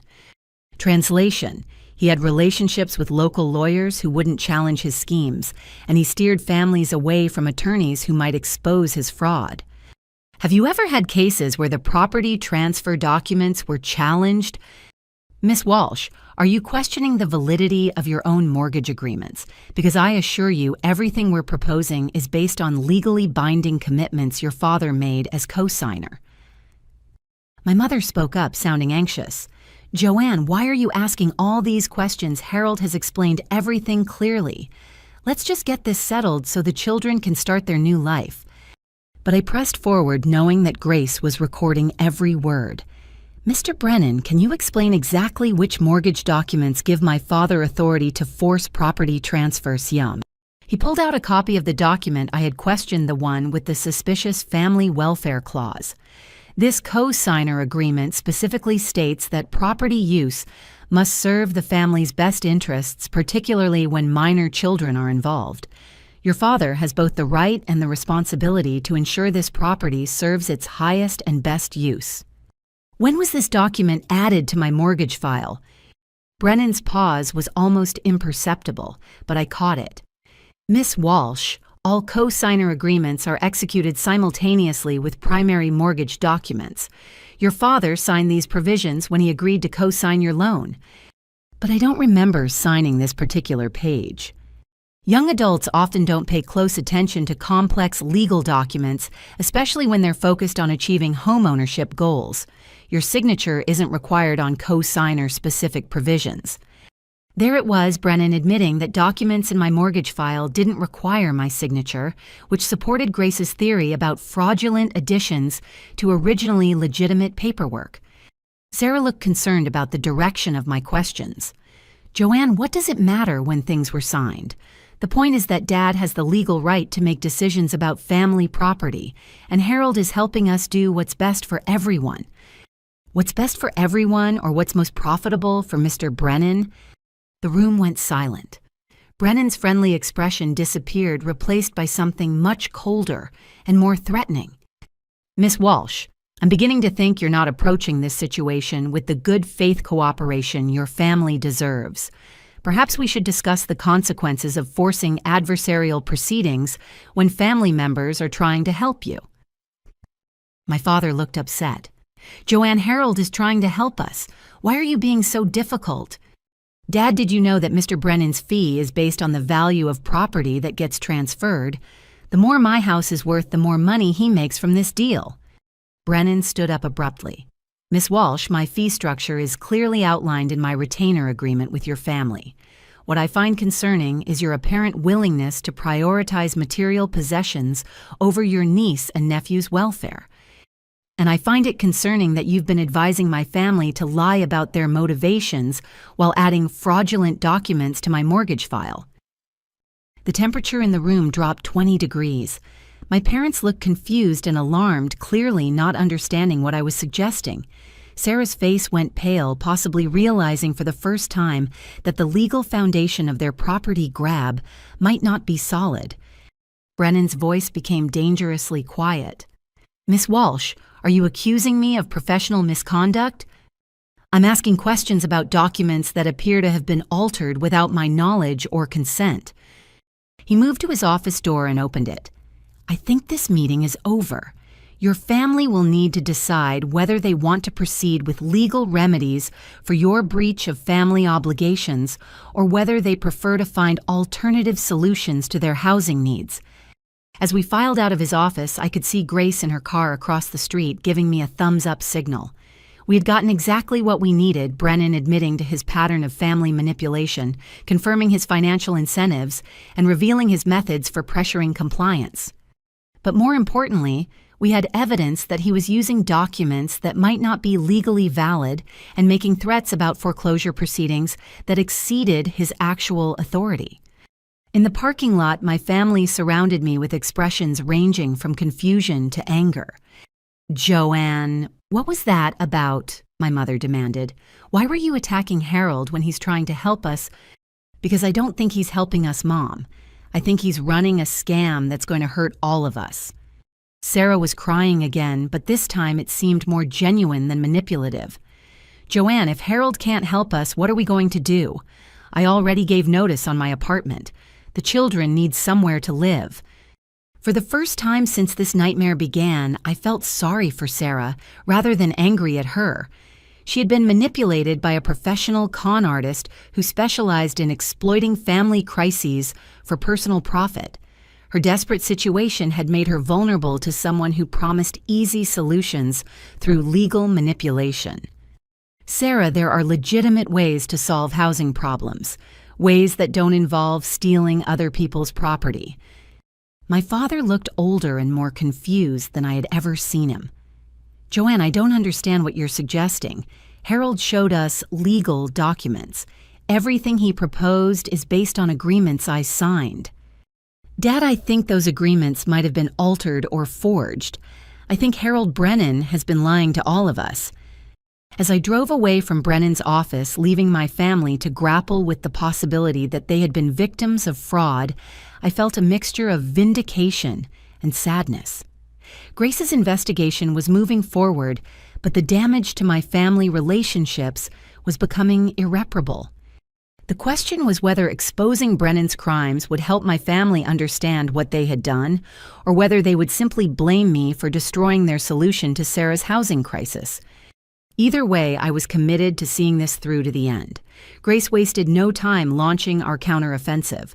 By Wednesday morning, she had filed 3 separate legal actions that would transform my family's property theft scheme into a criminal investigation with serious consequences for everyone involved. The first filing was an emergency injunction preventing any property transfers related to my house. Grace had taken the recording from Brennan's office, combined it with evidence of document fraud, and convinced a judge that immediate intervention was necessary to prevent irreversible harm to my property rights. The second filing was a complaint with the State Bar Association documenting Brennan's pattern of family property manipulation, including evidence from 3 other families who'd been victimized by similar schemes. Grace had been building this case for 2 years, and my situation provided the final pieces needed to pursue professional sanctions. The third filing was the one that would hit my family hardest, a report to the State Welfare Fraud Investigation Unit documenting Sarah's false claims about homelessness while living in my house and collecting housing assistance benefits she was no longer entitled to receive. Miss Walsh, Grace explained as we reviewed the filings in her office, your sister has been claiming emergency housing assistance for families with dependent children, but she's been living in your house for over a week, which means she provided false information on her benefit applications. I stared at the welfare fraud documentation, feeling sick. Grace, I didn't know Sarah was receiving housing assistance. She never mentioned any government benefits. That's because she knows it's fraud.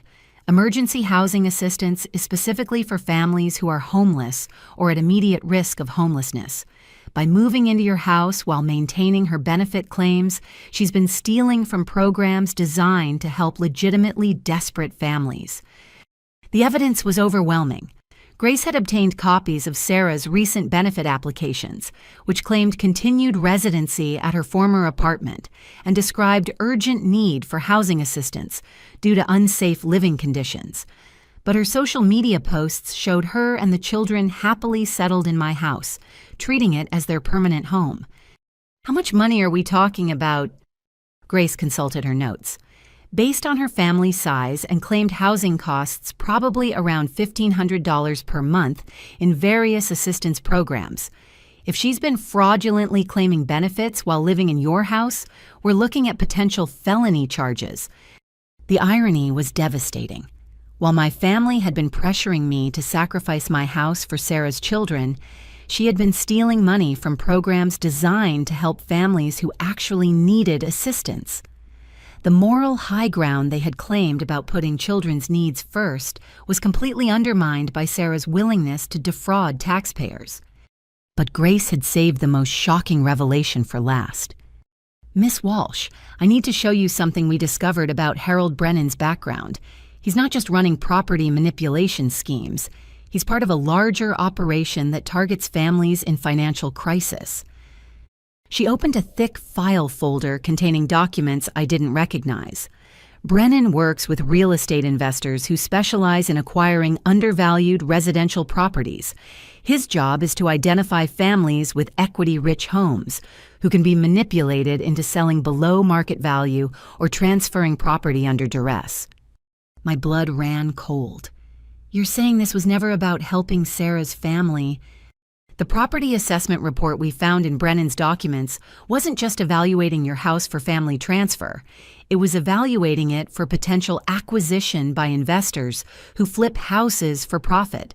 Your family was being set up to transfer property that would then be immediately resold for substantial profit.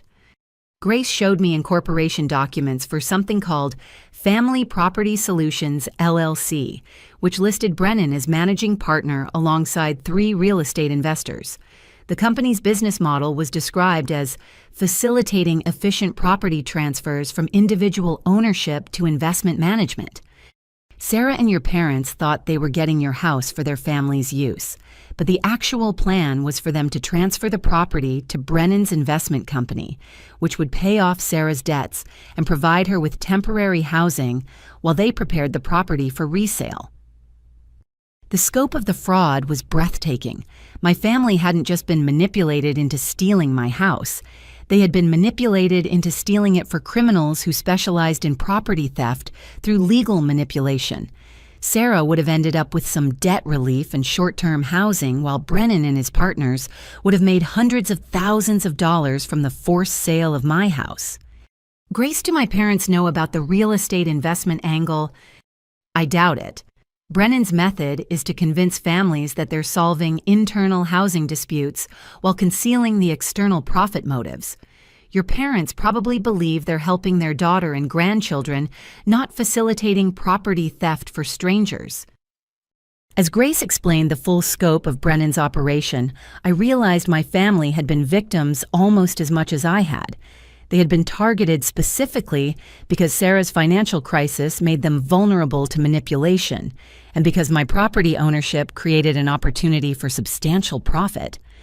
But being victims didn't excuse their willingness to destroy my life for their perceived benefit, and it didn't excuse Sarah's welfare fraud or my parents' casual dismissal of my rights and achievements. Thursday morning brought the first consequences of Grace's filings. Sarah called me at 6 a.m. sobbing hysterically. "Joanne, what did you do? There are investigators here asking about housing assistance fraud. They're saying I could go to prison. The children are terrified." "Sarah, where are you?" "I'm at Mom and Dad's house. These people showed up at your house this morning with badges and official papers. They said I was fraudulently claiming benefits while living somewhere else. Joanne, I don't understand what's happening." I felt a mix of satisfaction and sadness.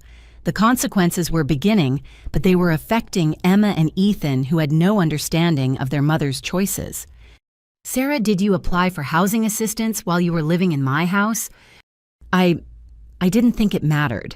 Harold said the property transfer was going to happen anyway, so technically I was still homeless until it was finalized.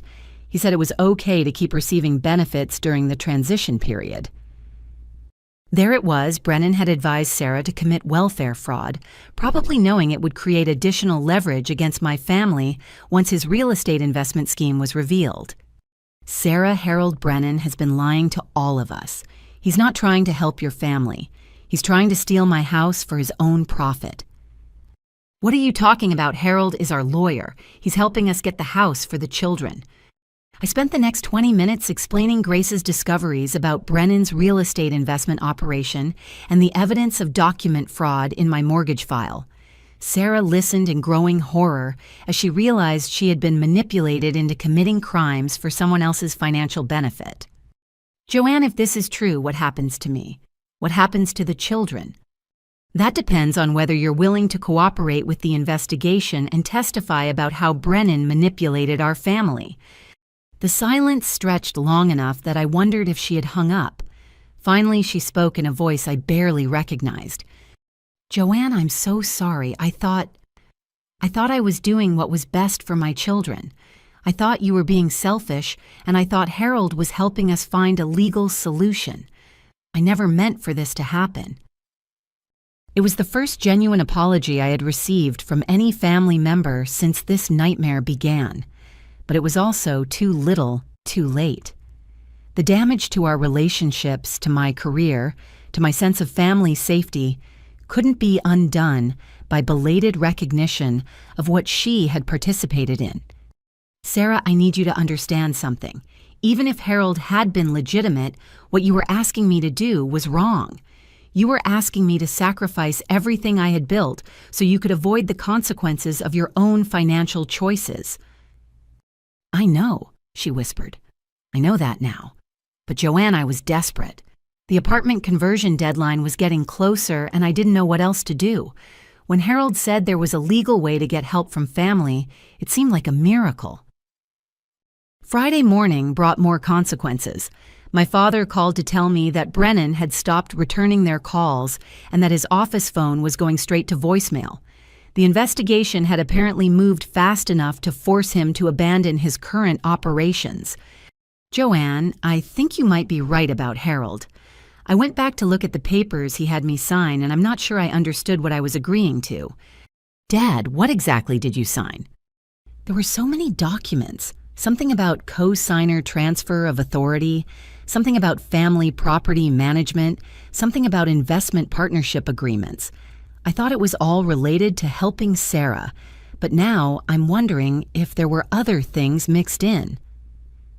Grace's investigation had revealed that Brennan typically convinced family members to sign multiple documents during emotionally charged meetings, mixing legitimate family agreements with papers that gave his investment company control over property transfers.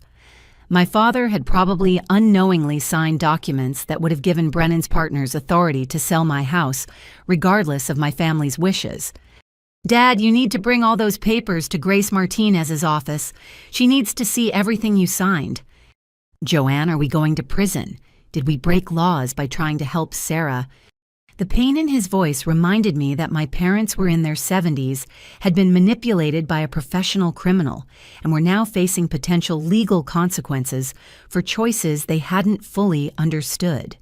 But they were also dealing with consequences of their willingness to sacrifice my rights for Sarah's benefit, their casual dismissal of my life achievements, and their participation in an elaborate scheme to steal my property.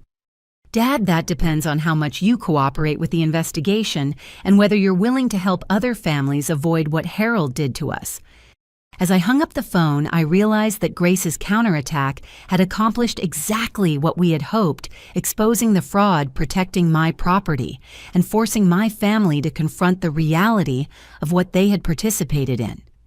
But it had also destroyed any possibility of normal family relationships. Even if criminal charges were avoided, even if everyone learned from their mistakes, the trust and love that had once defined our family connections had been permanently damaged. The question was whether justice was worth that price.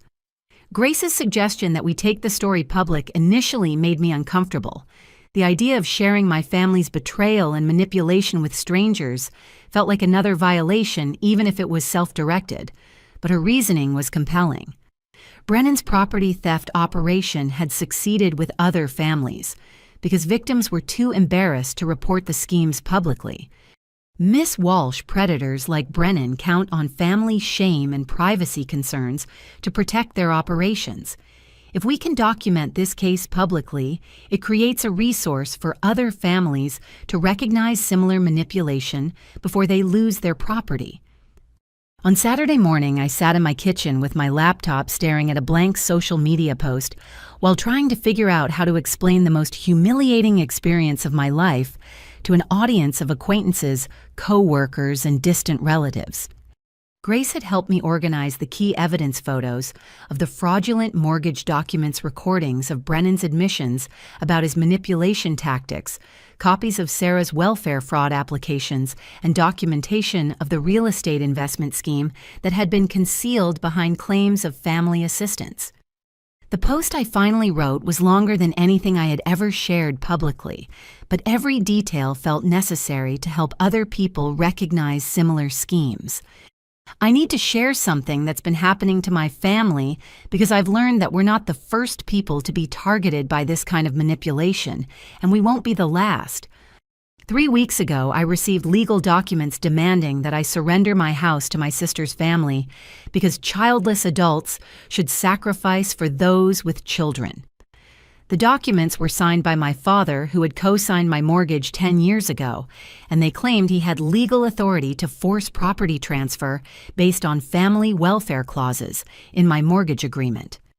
What followed was a coordinated campaign of guilt manipulation and harassment designed to force my compliance. My family hired a lawyer named Harold Brennan, who specialized in what he called family property optimization. They launched social media campaigns about children's housing needs. They contacted my workplace to suggest I was mentally unstable. They moved into my house without permission and told my niece and nephew it was their new home. But here's what I discovered. Harold Brennan wasn't trying to help my family. He was running a property theft scheme designed to steal houses from individuals and transfer them to real estate investors for profit. The family welfare clause in my mortgage was fraudulent, added to my file without my knowledge or consent.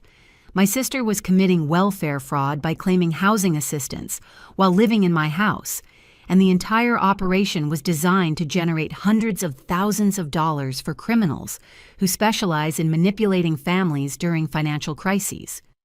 I'm sharing this because other families are being targeted by similar schemes right now. If someone contacts you about optimizing family property distribution or claims that co-signers have authority to force property transfers, please get independent legal advice before signing anything. If family members suddenly start pressuring you to transfer property for the good of the family, ask hard questions about who's really benefiting from these arrangements. And if you're a parent or relative who thinks adult children without kids don't deserve their property as much as family members who have reproduced, please reconsider that belief. My decade of hard work and financial responsibility wasn't less valuable than my sister's choices, and my rights weren't less important because I chose not to have children. Property theft through family manipulation is a real crime with real victims. Don't let it happen to your family. I attached photos of the key evidence, including Brennan's business incorporation documents showing the real estate investment connections and screenshots of my sister's social media posts that contradicted her claims of homelessness. Then I hit publish and waited to see what would happen. The response was immediate and overwhelming. Within 2 hours, the post had been shared over 300 times.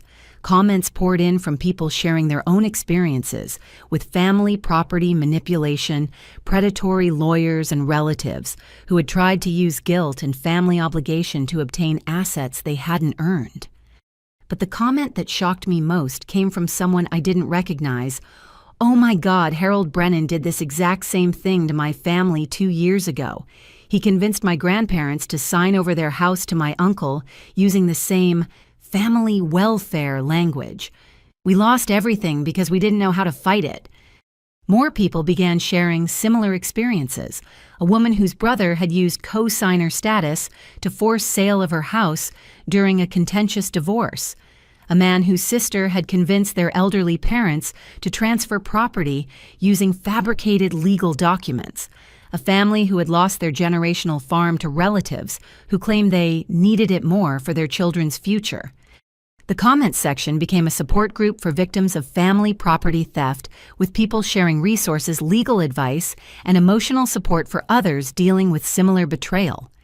By evening, local news reporters were calling me. The story of family property manipulation using fraudulent legal documents was exactly the kind of consumer protection angle that generated viewer interest and public awareness. Channel 7's investigative reporter Amanda Rodriguez wanted to interview me for their Wednesday evening Consumer Alert segment. "Miss Walsh, we've been tracking reports of property manipulation schemes targeting families in financial crisis, but we haven't had anyone willing to go on record about their experience. Your story could help a lot of people recognize these tactics before they become victims." I agreed to the interview despite my lingering discomfort with public exposure. If my humiliation could help other families avoid similar manipulation, it felt like a worthwhile sacrifice. The Channel 7 interview aired on Wednesday evening during prime time. Amanda had done her own investigation of Brennan's operation, confirming details about his real estate investment partnerships and identifying 4 other families who had been victimized by similar schemes. The segment included my interview explaining how the property theft scheme had worked footage of Grace describing the legal manipulation tactics and statements from other victims who had agreed to share their experiences anonymously. But the most powerful part of the segment was the revelation that Brennan had disappeared completely. His law office was closed, his phone numbers were disconnected, and his real estate investment partners were claiming they had no knowledge of his family manipulation activities. Harold Brennan appears to have abandoned his current operations and may be setting up similar schemes in other states, Amanda reported. Law enforcement agencies across the region are coordinating to track his activities and warn potential victims. The news coverage generated another wave of social media attention. My original post was shared over 2,000 times, and dozens of people commented with thanks for raising awareness about family property manipulation. But the attention also brought unwanted consequences.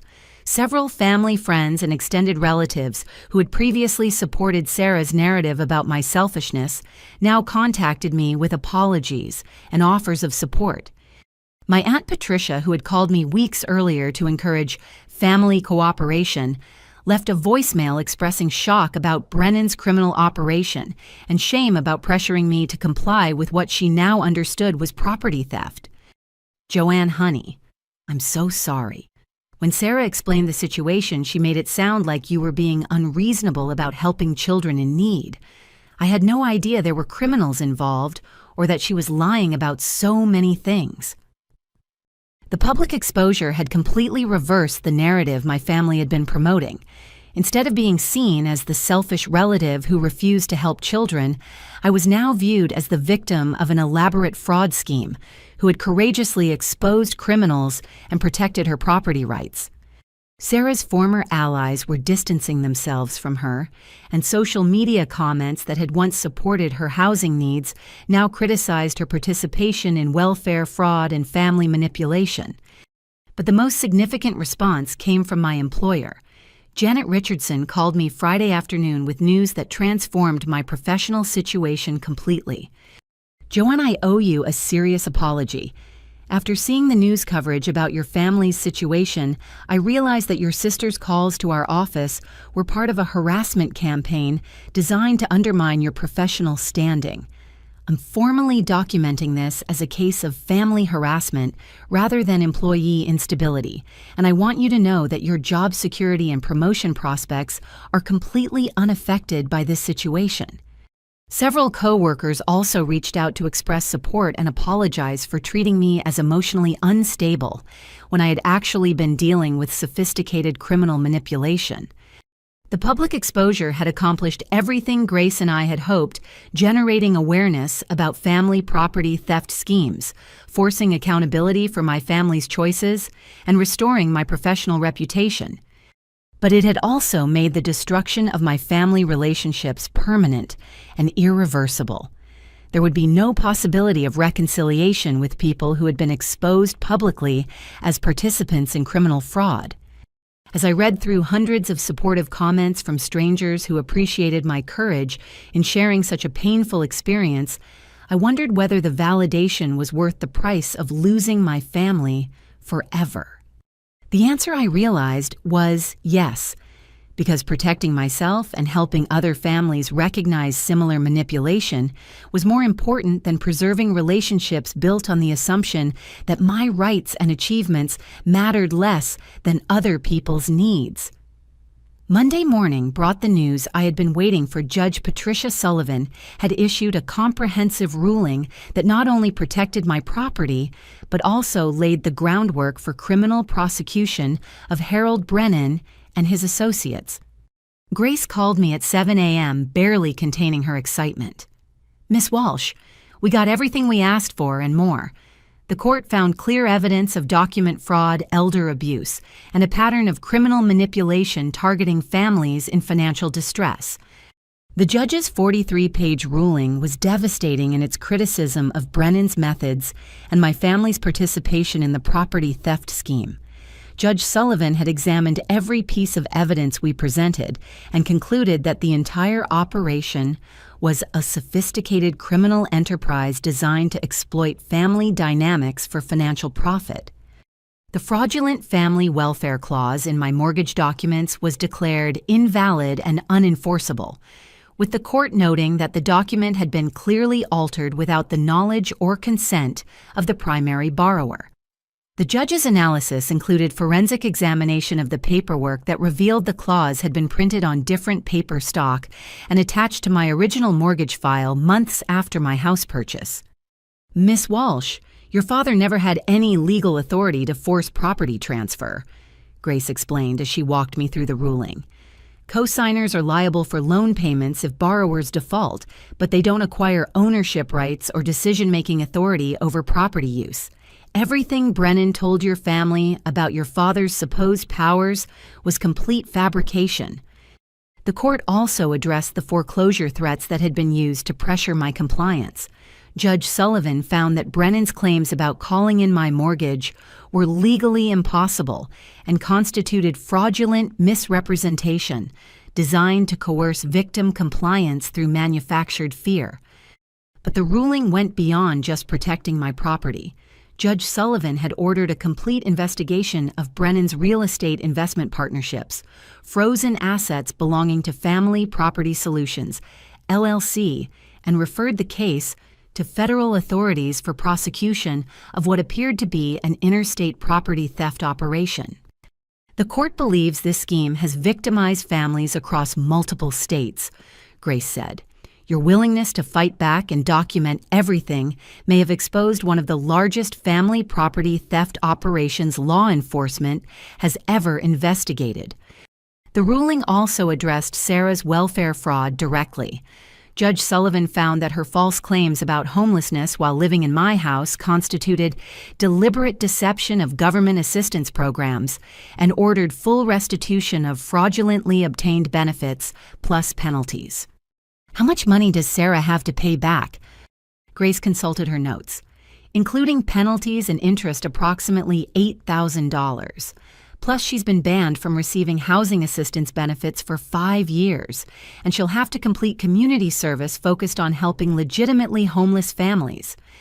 The irony was perfect. Sarah would now be required to help families who were actually experiencing the housing crisis she had falsely claimed to be facing. But the most satisfying part of the ruling was the court's recognition of the harassment campaign that had targeted my workplace and professional reputation.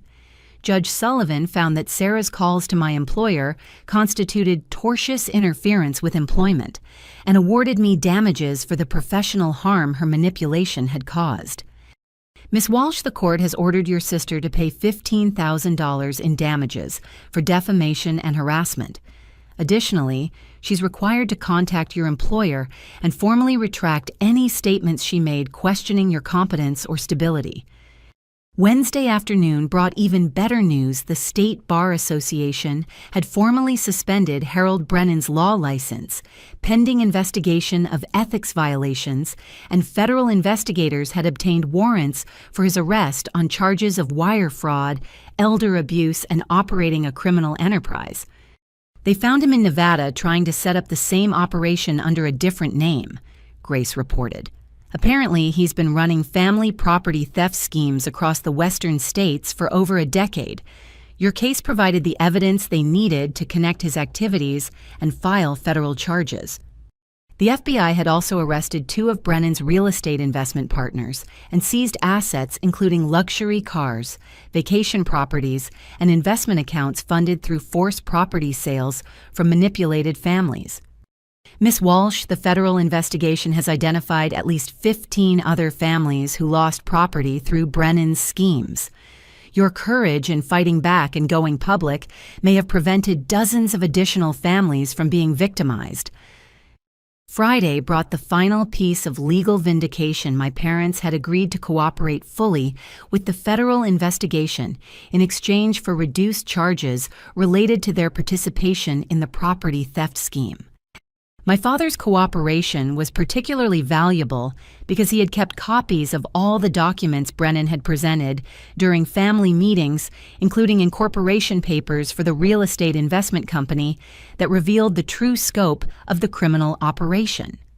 Your father seems genuinely shocked by the extent of Brennan's deception, Grace explained. He really believed he was helping his family, not facilitating property theft for strangers. The federal investigators think his testimony will be crucial for prosecuting the entire network. My mother had also provided evidence about Brennan's manipulation tactics, including recordings she had made of phone conversations where he coached her on how to pressure me for compliance. The recordings revealed Brennan's sophisticated understanding of family psychology and his calculated approach to destroying my resistance. Miss Walsh, your mother's recordings show Brennan explicitly instructing your family to attack your professional reputation, isolate you from support systems, and create housing emergencies that would force your compliance. It's textbook coercive manipulation, and it's going to be devastating evidence at his trial. The legal victories were comprehensive and satisfying, but they came with complicated emotional consequences. My family's cooperation with federal investigators had helped expose a criminal network and protect other families, but it had also required them to acknowledge the full extent of their betrayal and manipulation. Sarah's required retraction statement to my employer was particularly humiliating for her, as she had to formally admit that her claims about my instability were false statements made to coerce compliance with property transfer demands that I now understand were criminal in nature. My father's testimony about signing documents he didn't understand had helped prosecutors understand how elderly family members were manipulated into providing legal authority for property theft, but it had also forced him to confront his willingness to sacrifice my rights for what he perceived as family needs. The financial consequences for my family were severe. Sarah owed over $20,000 in welfare fraud restitution and harassment damages. My parents faced potential civil liability for their participation in document fraud, and all of them were required to participate in financial counseling programs designed to help families recognize and resist manipulation schemes. But the legal victories had accomplished everything I had hoped for my property was completely protected. The criminals who had targeted my family were facing serious prosecution, and other families were being warned about similar manipulation tactics. Most importantly, the court had formally recognized that my rights as a childless adult were equal to my sister's rights as a parent, and that family relationships didn't justify property theft or manipulation. As Grace and I celebrated the successful conclusion of the legal proceedings, I felt a complex mixture of vindication, sadness, and relief. Justice had been served, criminals had been prosecuted, and my property had been protected. But the price had been the complete destruction of my family relationships and the public exposure of betrayals that would never be forgiven or forgotten. The question was whether the legal victories would be enough to rebuild my life after everything my family had tried to take away from me. The eviction notice I served on Sarah was delivered by the sheriff's department on a cold Tuesday morning in early November. I watched from my kitchen window as the deputy handed her the official papers while Emma and Ethan played in what used to be my backyard, oblivious to the fact that their temporary home was about to disappear. Sarah read the notice twice before looking toward the house where she knew I was watching. Even from a distance, I could see her shoulders shaking as the reality of her situation finally sank in. She had 7 days to vacate my property and find legitimate housing for her children. The court order was explicit. Sarah had no legal right to occupy my house. Her claims about transitional housing arrangements were invalid, and her continued presence constituted criminal trespass. Judge Sullivan had been particularly harsh in her language about family members who exploit children's welfare to justify property theft. But the eviction notice was just the beginning of Sarah's reckoning with the consequences of her choices.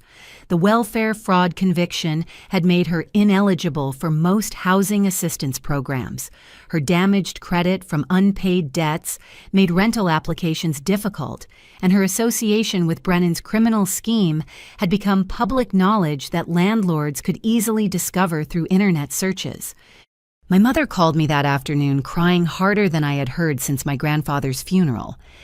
"Joanne, please reconsider the eviction. Those babies don't have anywhere else to go. Sarah made mistakes, but Emma and Ethan are innocent.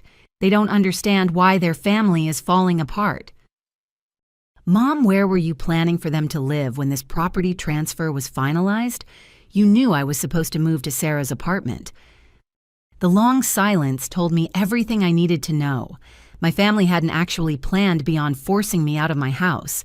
They had assumed I would quietly accept whatever accommodations were offered, probably expecting me to remain available to provide free childcare and maintenance services for the property they intended to steal. We thought you might stay in the apartment temporarily just until Sarah got settled and the children adjusted to their new school. And then what I would live in Sarah's cramped apartment forever while she enjoyed my house. Joanne, we didn't think through all the details. We were focused on solving the immediate crisis with the children's housing. The casual dismissal of my future was breathtaking. My parents had been willing to destroy my life based on vague assumptions that I would somehow make the best of whatever situation remained after Sarah's needs were prioritized. Mom Sarah created her housing crisis by giving up her apartment without securing alternatives. I didn't create this problem, and I'm not responsible for solving it. But the children are Sarah's responsibility.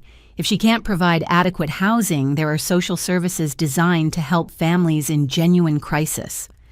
Wednesday afternoon brought an unexpected visit from my father, who appeared at my front door looking frail and defeated. He had aged 10 years in the past month, and his usual confidence had been replaced by something that looked like shame. "Joanne, can I come in? I need to talk to you." I led him into what had been his family home for countless holidays and celebrations, but the atmosphere between us was strained and formal. He sat heavily in the living room chair where he used to read bedtime stories to Emma and Ethan, looking around at the space he had tried to take away from me. "I want you to know that I understand what I did wrong," he said quietly. "The federal investigators explained how Harold manipulated all of us, but that doesn't excuse my willingness to sacrifice your rights for what I thought was family welfare." "Dad, do you understand that even if Harold had been legitimate, what you were asking me to do was wrong?" He nodded slowly. "I spent so much time thinking about those children's needs that I forgot you're my child too. I forgot that your life and choices and achievements matter just as much as Sarah's." It was the acknowledgement I had been waiting to hear, but it came too late to repair the damage. Trust once broken by such fundamental betrayal couldn't be restored through belated recognition of wrongdoing. "Dad, you didn't just forget about my needs. You actively worked to destroy my life when I refused to sacrifice everything for Sarah's benefit." "I know, and I'll regret that for the rest of my life." He pulled out a manila envelope and set it on the coffee table between us. "I've prepared something that I hope will help you understand how sorry I am." Inside the envelope was a quitclaim deed formally releasing any potential co-signer claims on my property, along with a notarized letter acknowledging that he had participated in a scheme to fraudulently transfer my house and accepting full responsibility for his role in the attempted property theft. "I've also included a check for $20,000 to compensate you for the legal fees and emotional distress my actions caused. It's not enough, but it's what I can afford after paying the penalties for my participation in Harold's scheme." The gesture was meaningful, but it also highlighted the permanent damage to our relationship. My father was essentially paying me settlement money for the harm he had caused, treating our family bond like a legal dispute that could be resolved through financial compensation. "Dad, I appreciate this, but money can't fix what happened between us." "I know, but I needed you to know that I recognize the full scope of what I did wrong and that I'm taking responsibility for the consequences." Friday brought the final family confrontation I had been dreading. Sarah appeared at my door with Emma and Ethan using the children as shields for one last manipulation attempt. "Joanne, I know you hate me and I deserve that, but please don't punish Emma and Ethan for my mistakes. Let us stay until I can find suitable housing for them." The children looked confused and scared, clearly sensing the adult tension, but not understanding why their temporary home was being taken away. Emma was clutching a drawing she had made of our family, standing together in front of my house, probably created in art therapy to help her process the family crisis. "Aunt Joanne," Emma said in her small, serious voice, "Mommy says we might have to move to a different house, but I like this house. Can't we all just live here together?" My heart broke for her innocence and confusion. Emma had no understanding of property rights, mortgage payments, or the criminal scheme that had brought her family to my house. She just knew that adults were fighting, and her sense of security was being threatened. But I also recognized the manipulation in Sarah's decision to bring the children for this conversation. She was counting on my love for Emma and Ethan to override my determination to protect my property and rights. "Emma, sweetheart, this is Aunt Joanne's house. You and Mommy and Ethan have your own home somewhere else." But Mommy said our old home was too small and we needed a bigger one for me and Ethan to be happy. Sarah's eyes filled with tears as she heard her own manipulation tactics reflected in her daughter's innocent words. She had taught Emma to believe that they deserved my house more than I did, and now she was confronting the consequences of that psychological manipulation. "Sarah, you have until Sunday to vacate my property. If you're still here Monday morning, the sheriff will remove you and the children, and that will be much more traumatic than leaving voluntarily." "Joanne, where are we supposed to go? The homeless shelter won't take families with fraud convictions. Most landlords won't rent to someone with my credit history. I've applied for dozens of apartments and been rejected by all of them." For the first time since this nightmare began, Sarah was facing the real consequences of her choices without family support or criminal assistance. The housing crisis she had claimed to be experiencing was now genuine, created by her own actions rather than external circumstances. "Sarah, those are problems you created through your own choices. You gave up your apartment, committed welfare fraud, and participated in a criminal scheme to steal my house. The consequences are yours to handle." As I watched Sarah leave with the children, probably for the last time they would visit my house, I felt a mixture of sadness and relief. The family relationships that had once been the foundation of my emotional life were ending permanently, but the alternative was continuing to accept manipulation, betrayal, and exploitation, disguised as family loyalty. Sunday evening, I watched from my porch as Sarah loaded her possessions and the children into her minivan for the final time. The house felt empty and quiet after weeks of constant child voices and family drama, but it also felt like mine again. My phone buzzed with a text from Sarah. "I hope someday you can forgive us for what we did. The children will always love their Aunt Joanne, even if they don't understand why we had to leave." I didn't respond to the text. There was nothing left to say to someone who continued to frame property theft and criminal manipulation as misguided family assistance that deserved forgiveness. But as I sat in my reclaimed living room that evening, I realized that the family reckoning had accomplished something important. It had forced everyone to acknowledge the truth about what they had attempted to do to me, and it had established clear consequences for treating my rights as negotiable.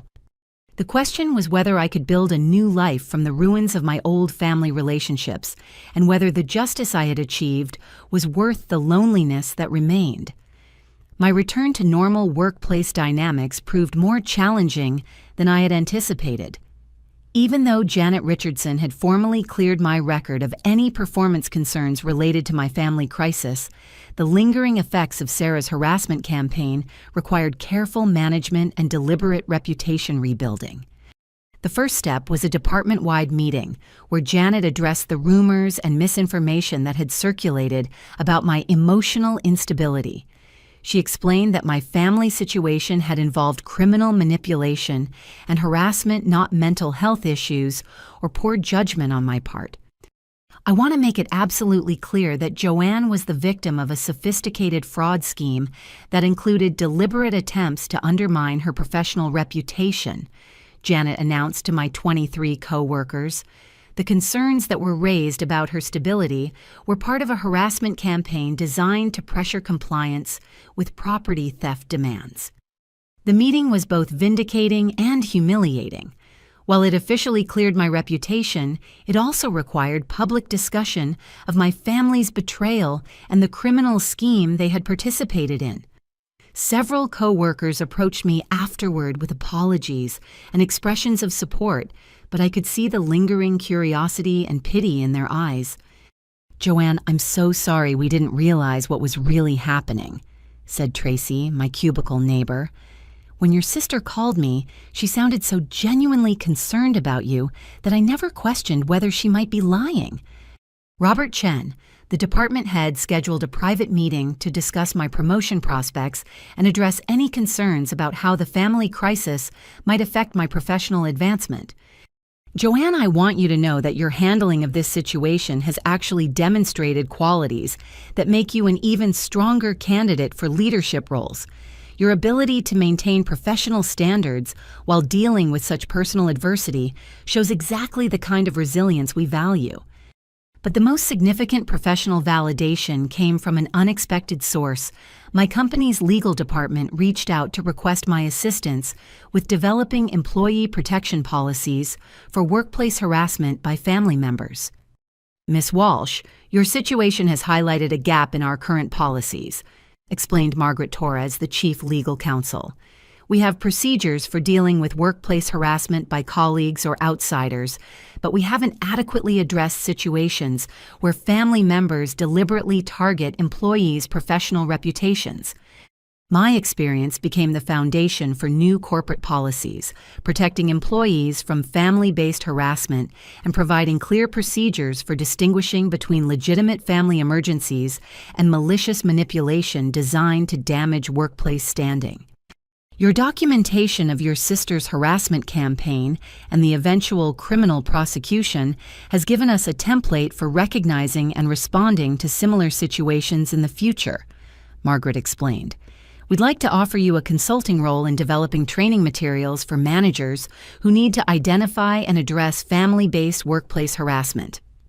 The consulting opportunity not only provided additional income, but also transformed my humiliating experience into expertise that could help other employees facing similar manipulation. My professional reputation was not just restored, but enhanced by my willingness to share knowledge gained through adversity.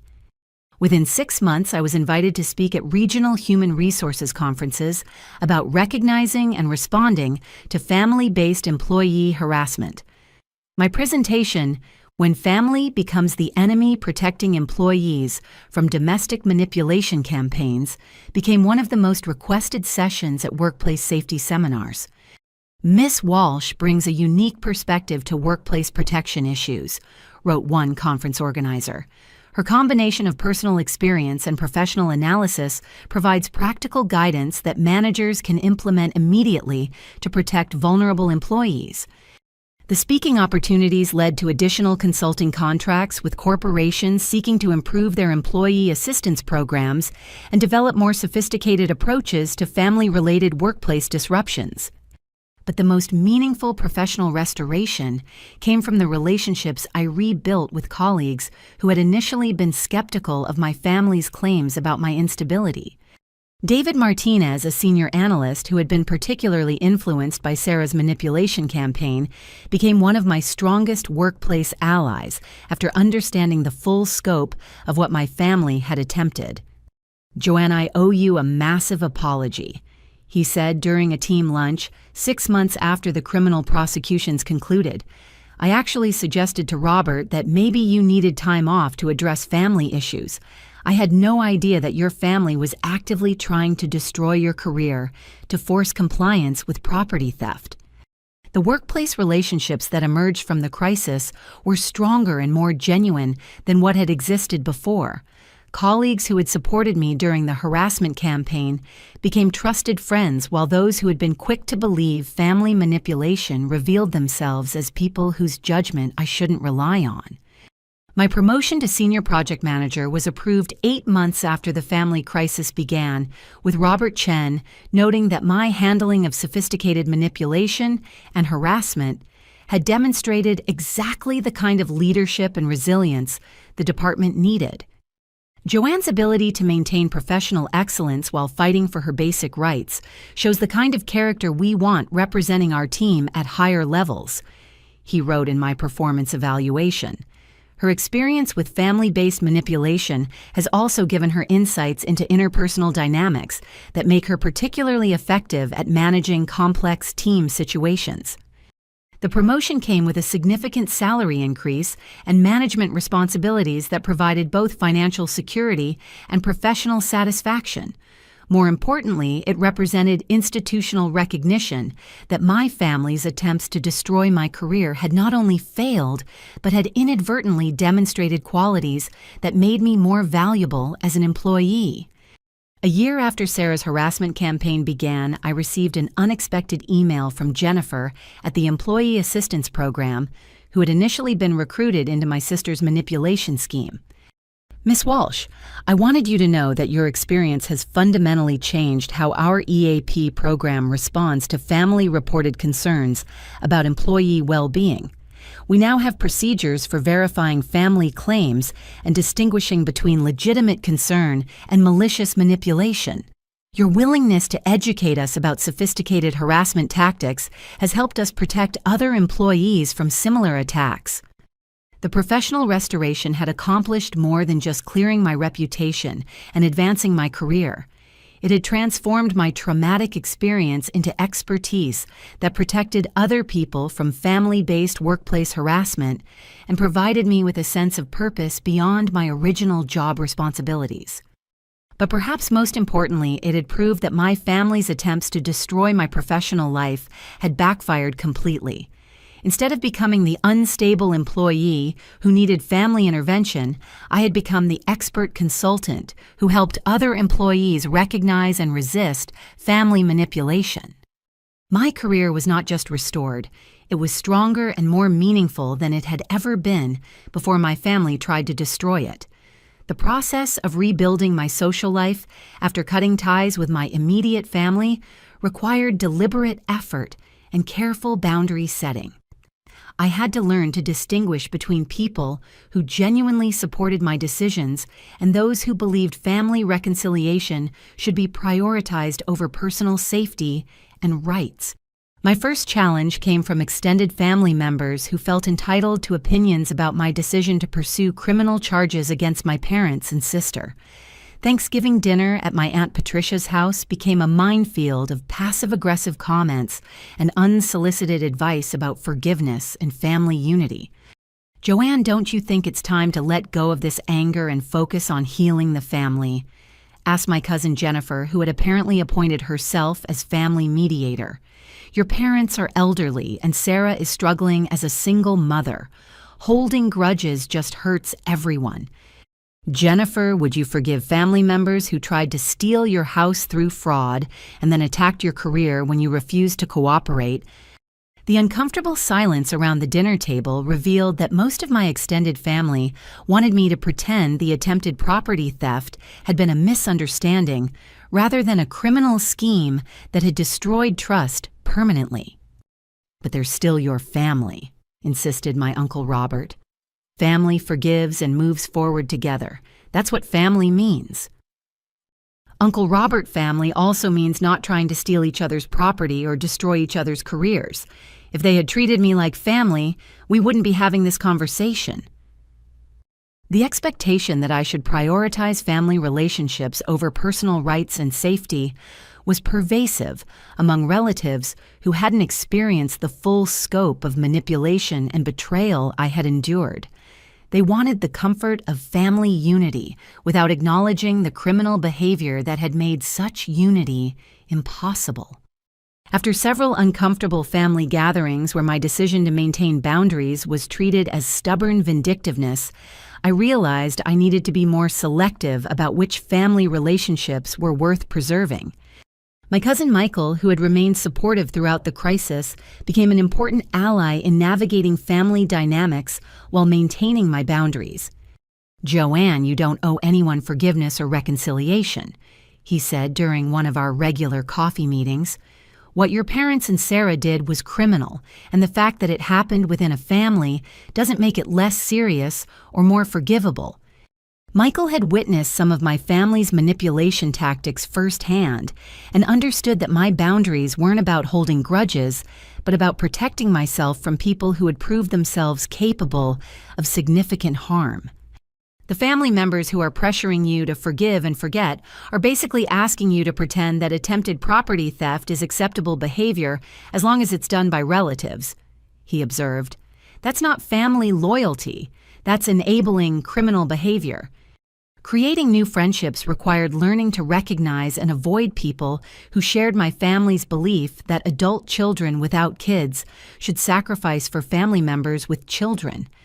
Several potential friendships ended early when new acquaintances expressed opinions that my house was too big for one person, or suggested that my sister probably just needed help.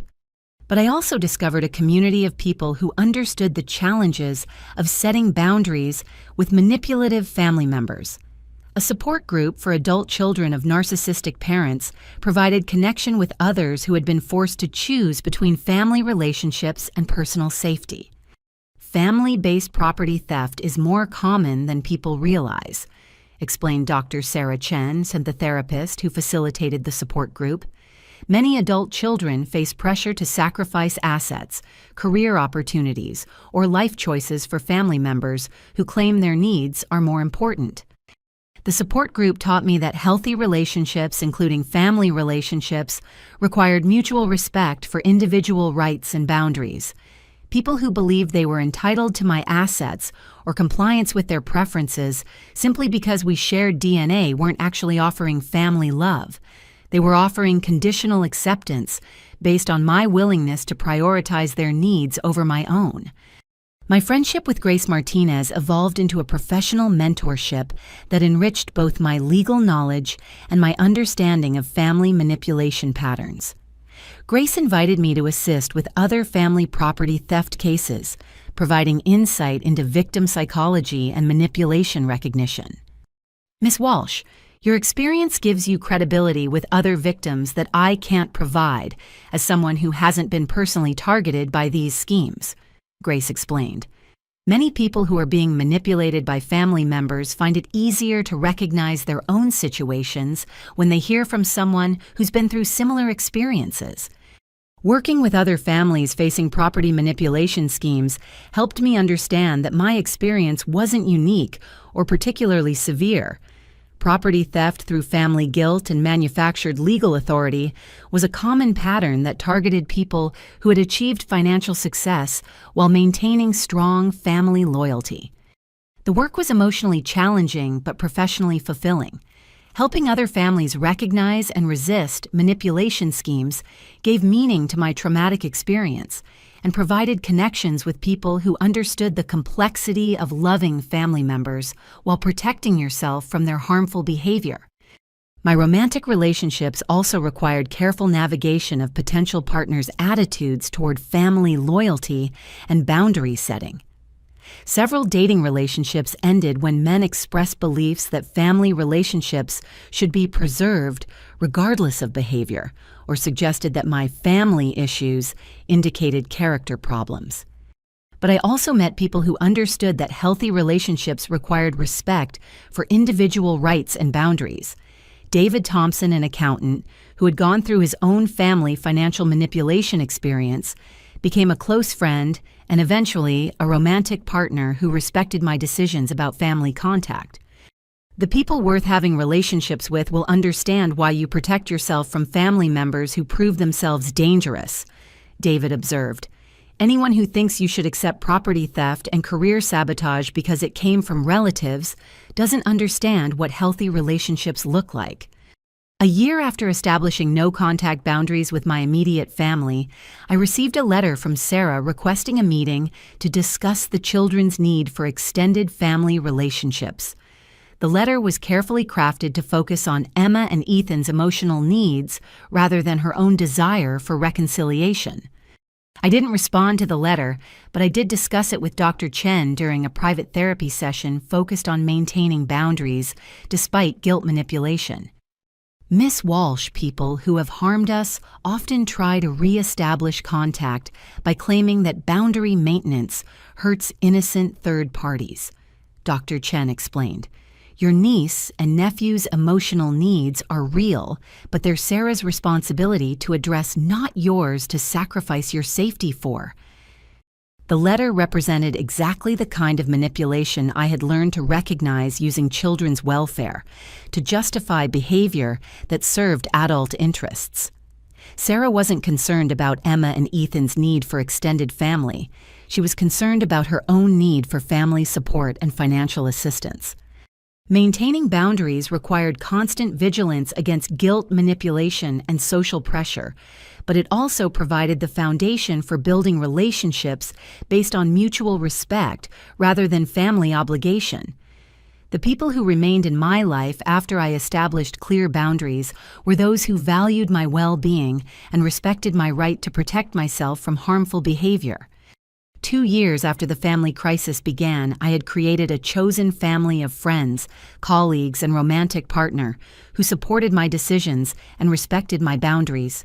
The relationships were healthier and more genuine than the family connections I had lost, based on mutual care, rather than obligation or manipulation. The new boundaries had cost me my relationship with my parents, sister, and several extended family members, but they had also protected me from ongoing manipulation and abuse, while creating space for relationships built on respect and genuine affection. The trade was difficult but ultimately worthwhile, losing family members who saw me as a resource to be exploited in exchange for finding people who saw me as a person deserving of respect and protection. My collaboration with Grace Martinez on family property manipulation cases evolved into a consulting business that provided both professional fulfillment and additional income. Our practice, Family Financial Protection Services, specialized in helping individuals recognize and resist property theft schemes disguised as family assistance. The need for our services was greater than I had initially realized. Within 6 months of establishing the business, we were working with over 30 families facing various forms of property manipulation, from inheritance fraud to forced property transfers to financial elder abuse. Ms. Walsh brings a unique perspective to these cases, Grace explained to potential clients. As someone who successfully fought back against family property theft, she understands both the emotional manipulation tactics and the practical strategies needed to protect assets and rights. My role in the business focused on victim advocacy and manipulation recognition training. I help people understand that family members who demanded property transfers or financial sacrifices were engaging in abuse, not demonstrating love or concern. One of our first clients was Margaret Thompson, a widow whose adult children were pressuring her to sell her house and move into assisted living so they could inherit the property value while she was still alive. They keep telling me the house is too big for one person and that I'd be happier in a smaller place where I don't have to worry about maintenance, Margaret explained during our initial consultation. But I love my house and I'm perfectly capable of maintaining it. I think they just want the money. Margaret's situation was similar to mine in that family members were using guilt and manufactured concern to justify property acquisition that served their interests rather than hers. Her children claimed to be worried about her safety and well-being, while actually being motivated by financial gain. "Margaret, do you want to sell your house and move to assisted living?" I asked. "Absolutely not. This house is where I raised my children and where my husband and I plan to spend our retirement. Moving would break my heart." "Then you don't have to move regardless of what your children want. Your property rights don't disappear because your children think they know what's best for you."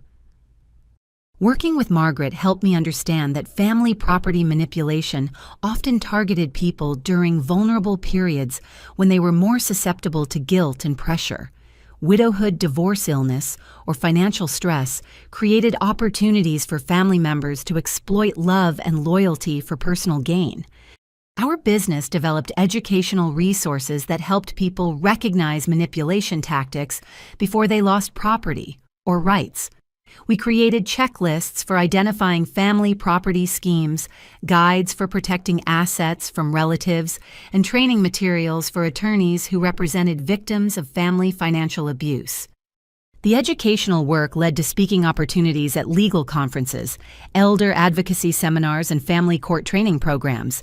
My presentation on recognizing family financial abuse, red flags, and response strategies became a standard part of continuing education for family law attorneys and social workers. Ms. Walsh provides invaluable insight into the psychology of family financial abuse, wrote Judge Patricia Sullivan after I presented at a judicial training seminar. Her ability to explain manipulation tactics from the victim's perspective helps legal professionals understand the complexity of these cases and develop more effective protection strategies. The speaking engagements generated media attention that helped raise public awareness about family property manipulation. I was interviewed by consumer protection reporters, featured in articles about financial elder abuse, and invited to participate in legislative hearings about strengthening property protection laws. But the most meaningful aspect of the work was direct assistance to families facing manipulation schemes, similar to what I had experienced. Each successful case felt like validation of my decision to fight back rather than comply with my family's demands. One particularly rewarding case involved Jason Miller, whose brother was trying to force sale of their deceased parents' house by claiming Jason didn't deserve to inherit property since he was unmarried and childless. "My brother keeps saying the house should go to someone who will use it properly for raising a family," Jason explained. "He's pressuring me to sell and split the proceeds, but the house was left to me specifically. I think my parents wanted me to have a place to build my own future." Jason's case was nearly identical to my experienced family members believing that childless adults had less right to property than those who had reproduced. Grace and I helped Jason understand that his inheritance rights couldn't be overridden by his brother's opinions about who deserved the property more. "Jason, your parents chose to leave the house to you for their own reasons. Your brother's feelings about your life choices don't give him any legal or moral claim to your inheritance." We provided Jason with legal representation that protected his inheritance and educational resources that helped him resist his brother's guilt manipulation. The case was resolved within 3 months, with Jason maintaining ownership of the house and his brother accepting that reproductive choices don't determine property rights. A year after starting the consulting business, we had successfully protected over 50 families from property manipulation schemes and helped criminal prosecution of 12 individuals who were targeting families for financial exploitation. The work also led to policy advocacy at the state level. Grace and I testified before legislative committees about the need for stronger protections against family financial abuse and clearer legal definitions of property manipulation crimes.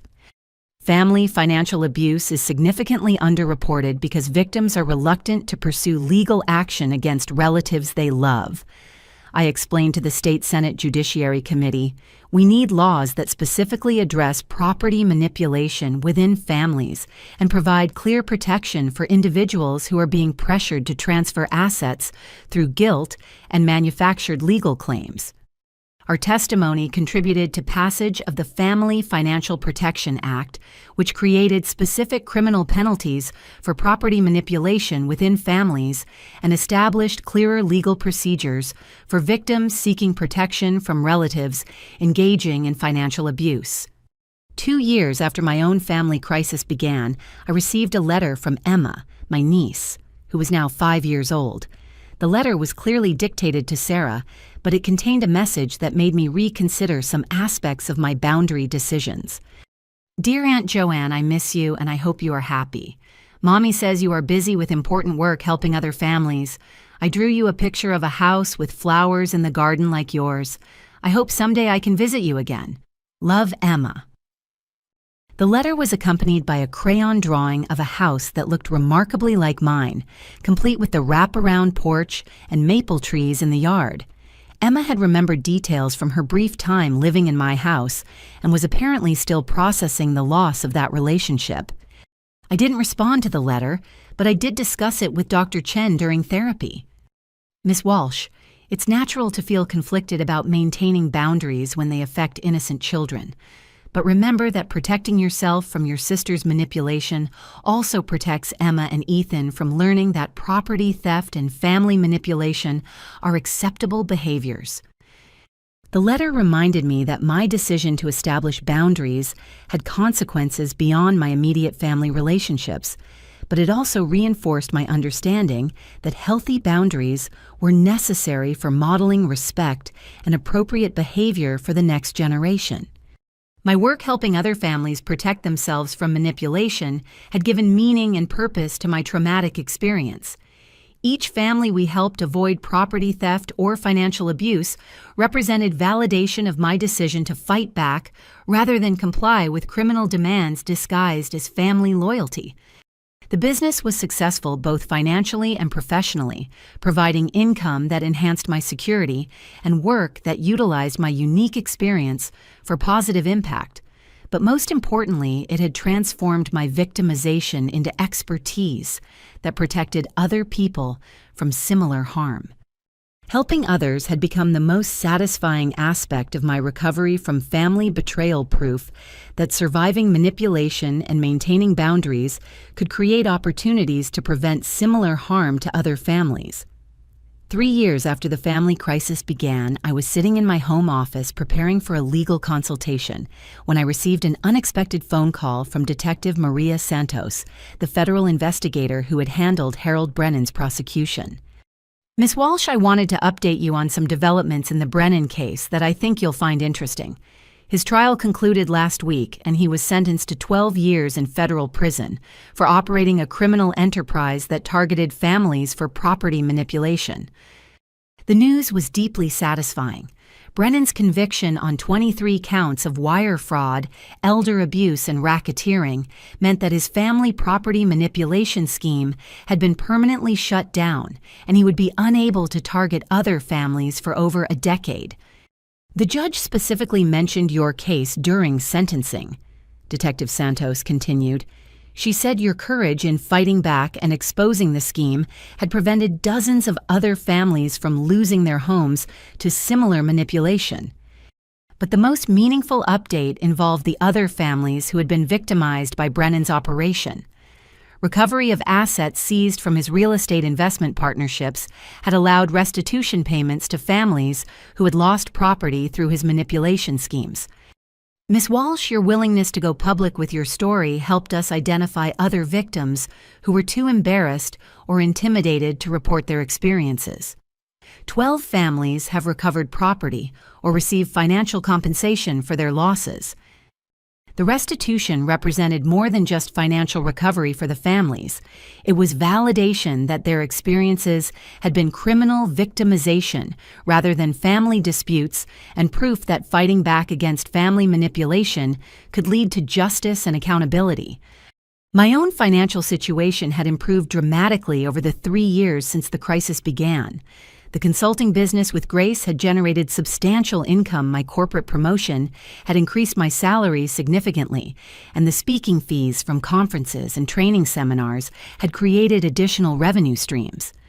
More importantly, my housing costs had remained stable, while my income increased, providing financial security that allowed me to make choices based on personal preference rather than economic necessity. The house my family had tried to steal was now completely paid off, representing both financial independence and emotional victory over their manipulation attempts. But perhaps the most significant change was in my perspective on family relationships and personal boundaries.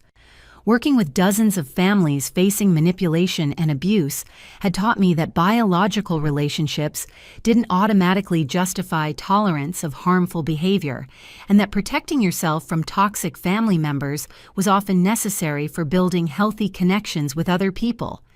My romantic relationship with David Thompson had evolved into a partnership based on mutual respect and support for each other's boundary decisions.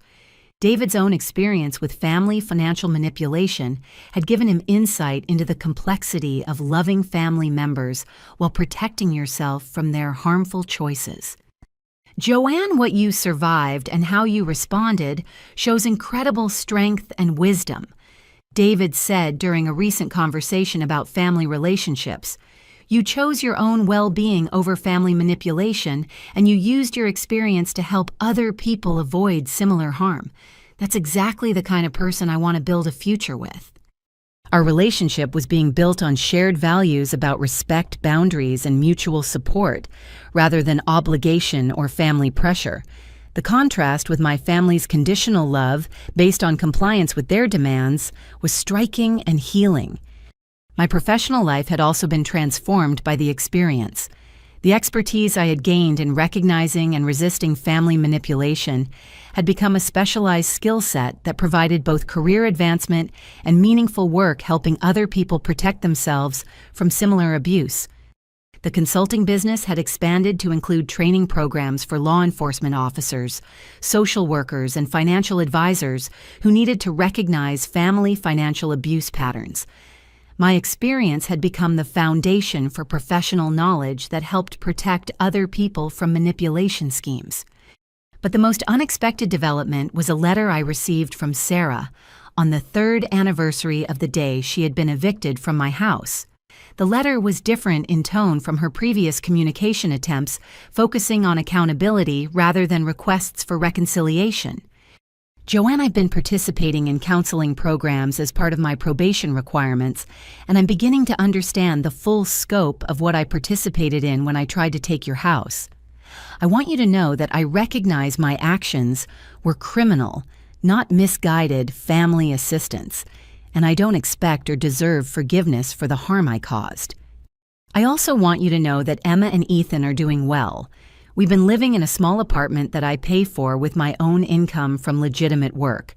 The children have learned that taking other people's property is wrong, regardless of family relationships, and they understand that actions have consequences that can't be undone through apologies.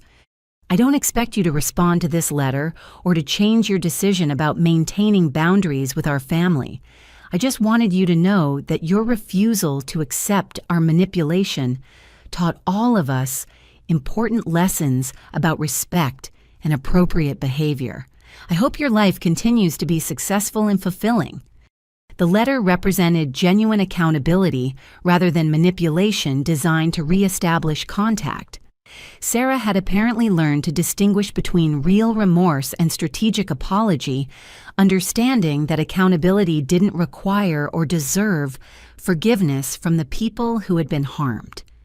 I didn't respond to the letter, but I did share it with Dr. Chen during therapy as an example of how boundary maintenance could sometimes lead to positive changes in the people whose behavior necessitated those boundaries. Miss Walsh, sometimes protecting yourself from harmful family members creates consequences that motivate them to address their own behavior, Dr. Chen explained. Your sister's letter suggests that losing access to you and facing criminal consequences for her actions helped her understand the severity of what she had done. The letter also indicated that Emma and Ethan were learning appropriate values about property rights and family relationships. Sarah's decision to teach them that taking other people's possessions was wrong represented protection for their moral development that my compliance with the property theft would never have provided. 5 years after the family crisis began, I hosted my first Thanksgiving dinner in my own home since the attempted property theft. The guest list included David Grace Martinez and her family, Dr. Chen, and her partner, several colleagues from work, and 3 families I had helped protect from property manipulation schemes. The dinner represented my chosen family people who had supported my boundary decisions and respected my right to protect myself from harmful relationships. The conversation was warm and genuine, based on mutual care, rather than obligation or manipulation. As I looked around my dining room filled with people who understood that love required respect for individual rights and boundaries, I felt complete satisfaction with the choices I had made during the family crisis. Fighting back against property theft had cost me my relationships with my parents and sister, but it had also protected my rights, exposed a criminal operation, and created opportunities to help other people avoid similar harm. My house remained mine, representing both financial security and emotional victory over family manipulation. My career had been strengthened rather than damaged by my experience with harassment and boundary setting. My relationships were healthier and more genuine than they had been before I learned to distinguish between love and manipulation. The trauma of family betrayal had been transformed into expertise that helped other people protect themselves from similar abuse. The isolation created by boundary maintenance had been replaced by connections with people who shared values about respect and appropriate treatment. Most importantly, I had learned that protecting yourself from family manipulation wasn't selfish or cruel. It was necessary for building authentic relationships based on mutual respect rather than exploitation disguised as love. As I served dinner to my chosen family in the house my biological family had tried to steal, I realized that the greatest victory wasn't defeating their property theft scheme. It was discovering that my worth wasn't determined by my willingness to sacrifice for other people's benefit, and that genuine love didn't require tolerance of harmful behavior regardless of family relationships. Before we began eating, Grace raised her glass in a toast that perfectly captured the journey from victimization to empowerment. To Joanne, who showed us that protecting yourself from family manipulation isn't about holding grudges. It's about refusing to let other people's poor choices become your responsibility. The evening ended with planning for our next collaboration, a training program for family court judges about recognizing property manipulation schemes and protecting victims from relatives who weaponize family loyalty for personal gain. 3 years after my family tried to steal my house and destroy my career, my life was more successful, secure, and fulfilling than it had ever been. The price had been relationships with people who valued my compliance more than my well-being, but the reward was freedom to build connections based on genuine care and mutual respect. Looking back, I wouldn't change any of the decisions I had made during the crisis. Fighting back against family manipulation had been the right choice, both for protecting myself and for helping other families recognize that biological relationships didn't justify tolerance of criminal behavior. The house was mine, the career was stronger, the relationships were healthier, and the future was built on foundation of self-respect rather than family obligation. Sometimes the most loving thing you can do for your family is refuse to enable their worst impulses, even when that refusal comes with permanent consequences for the relationships. But perhaps most importantly, I had learned that choosing yourself wasn't selfish when others were trying to exploit your loyalty for their benefit. Protecting your rights and boundaries wasn't cruel when others were using family connections to justify harmful behavior. And building a life based on respect rather than obligation wasn't cold when the alternative was accepting manipulation disguised as love. As I closed the door on my chosen family gathering that evening, I felt grateful for every choice I had made during the family crisis, even the painful ones, because those choices had led to a life where my worth wasn't determined by my willingness to sacrifice for other people's poor decisions and where my home truly belonged to me. Have you ever faced pressure from family members who believe their needs should take priority over your rights? How do you think families should balance individual autonomy with collective responsibility? I'd love to hear your thoughts in the comments below. If this story resonated with you, please like this video to help other people find it. Subscribe for more stories about standing up for yourself in difficult family situations, and share this with anyone who might be facing similar manipulation disguised as family loyalty. Thank you for listening to this difficult story, and remember that protecting yourself from harmful family dynamics isn't selfish. It's necessary for building authentic relationships based on respect rather than exploitation. Take care of yourselves, and I'll see you in the next video.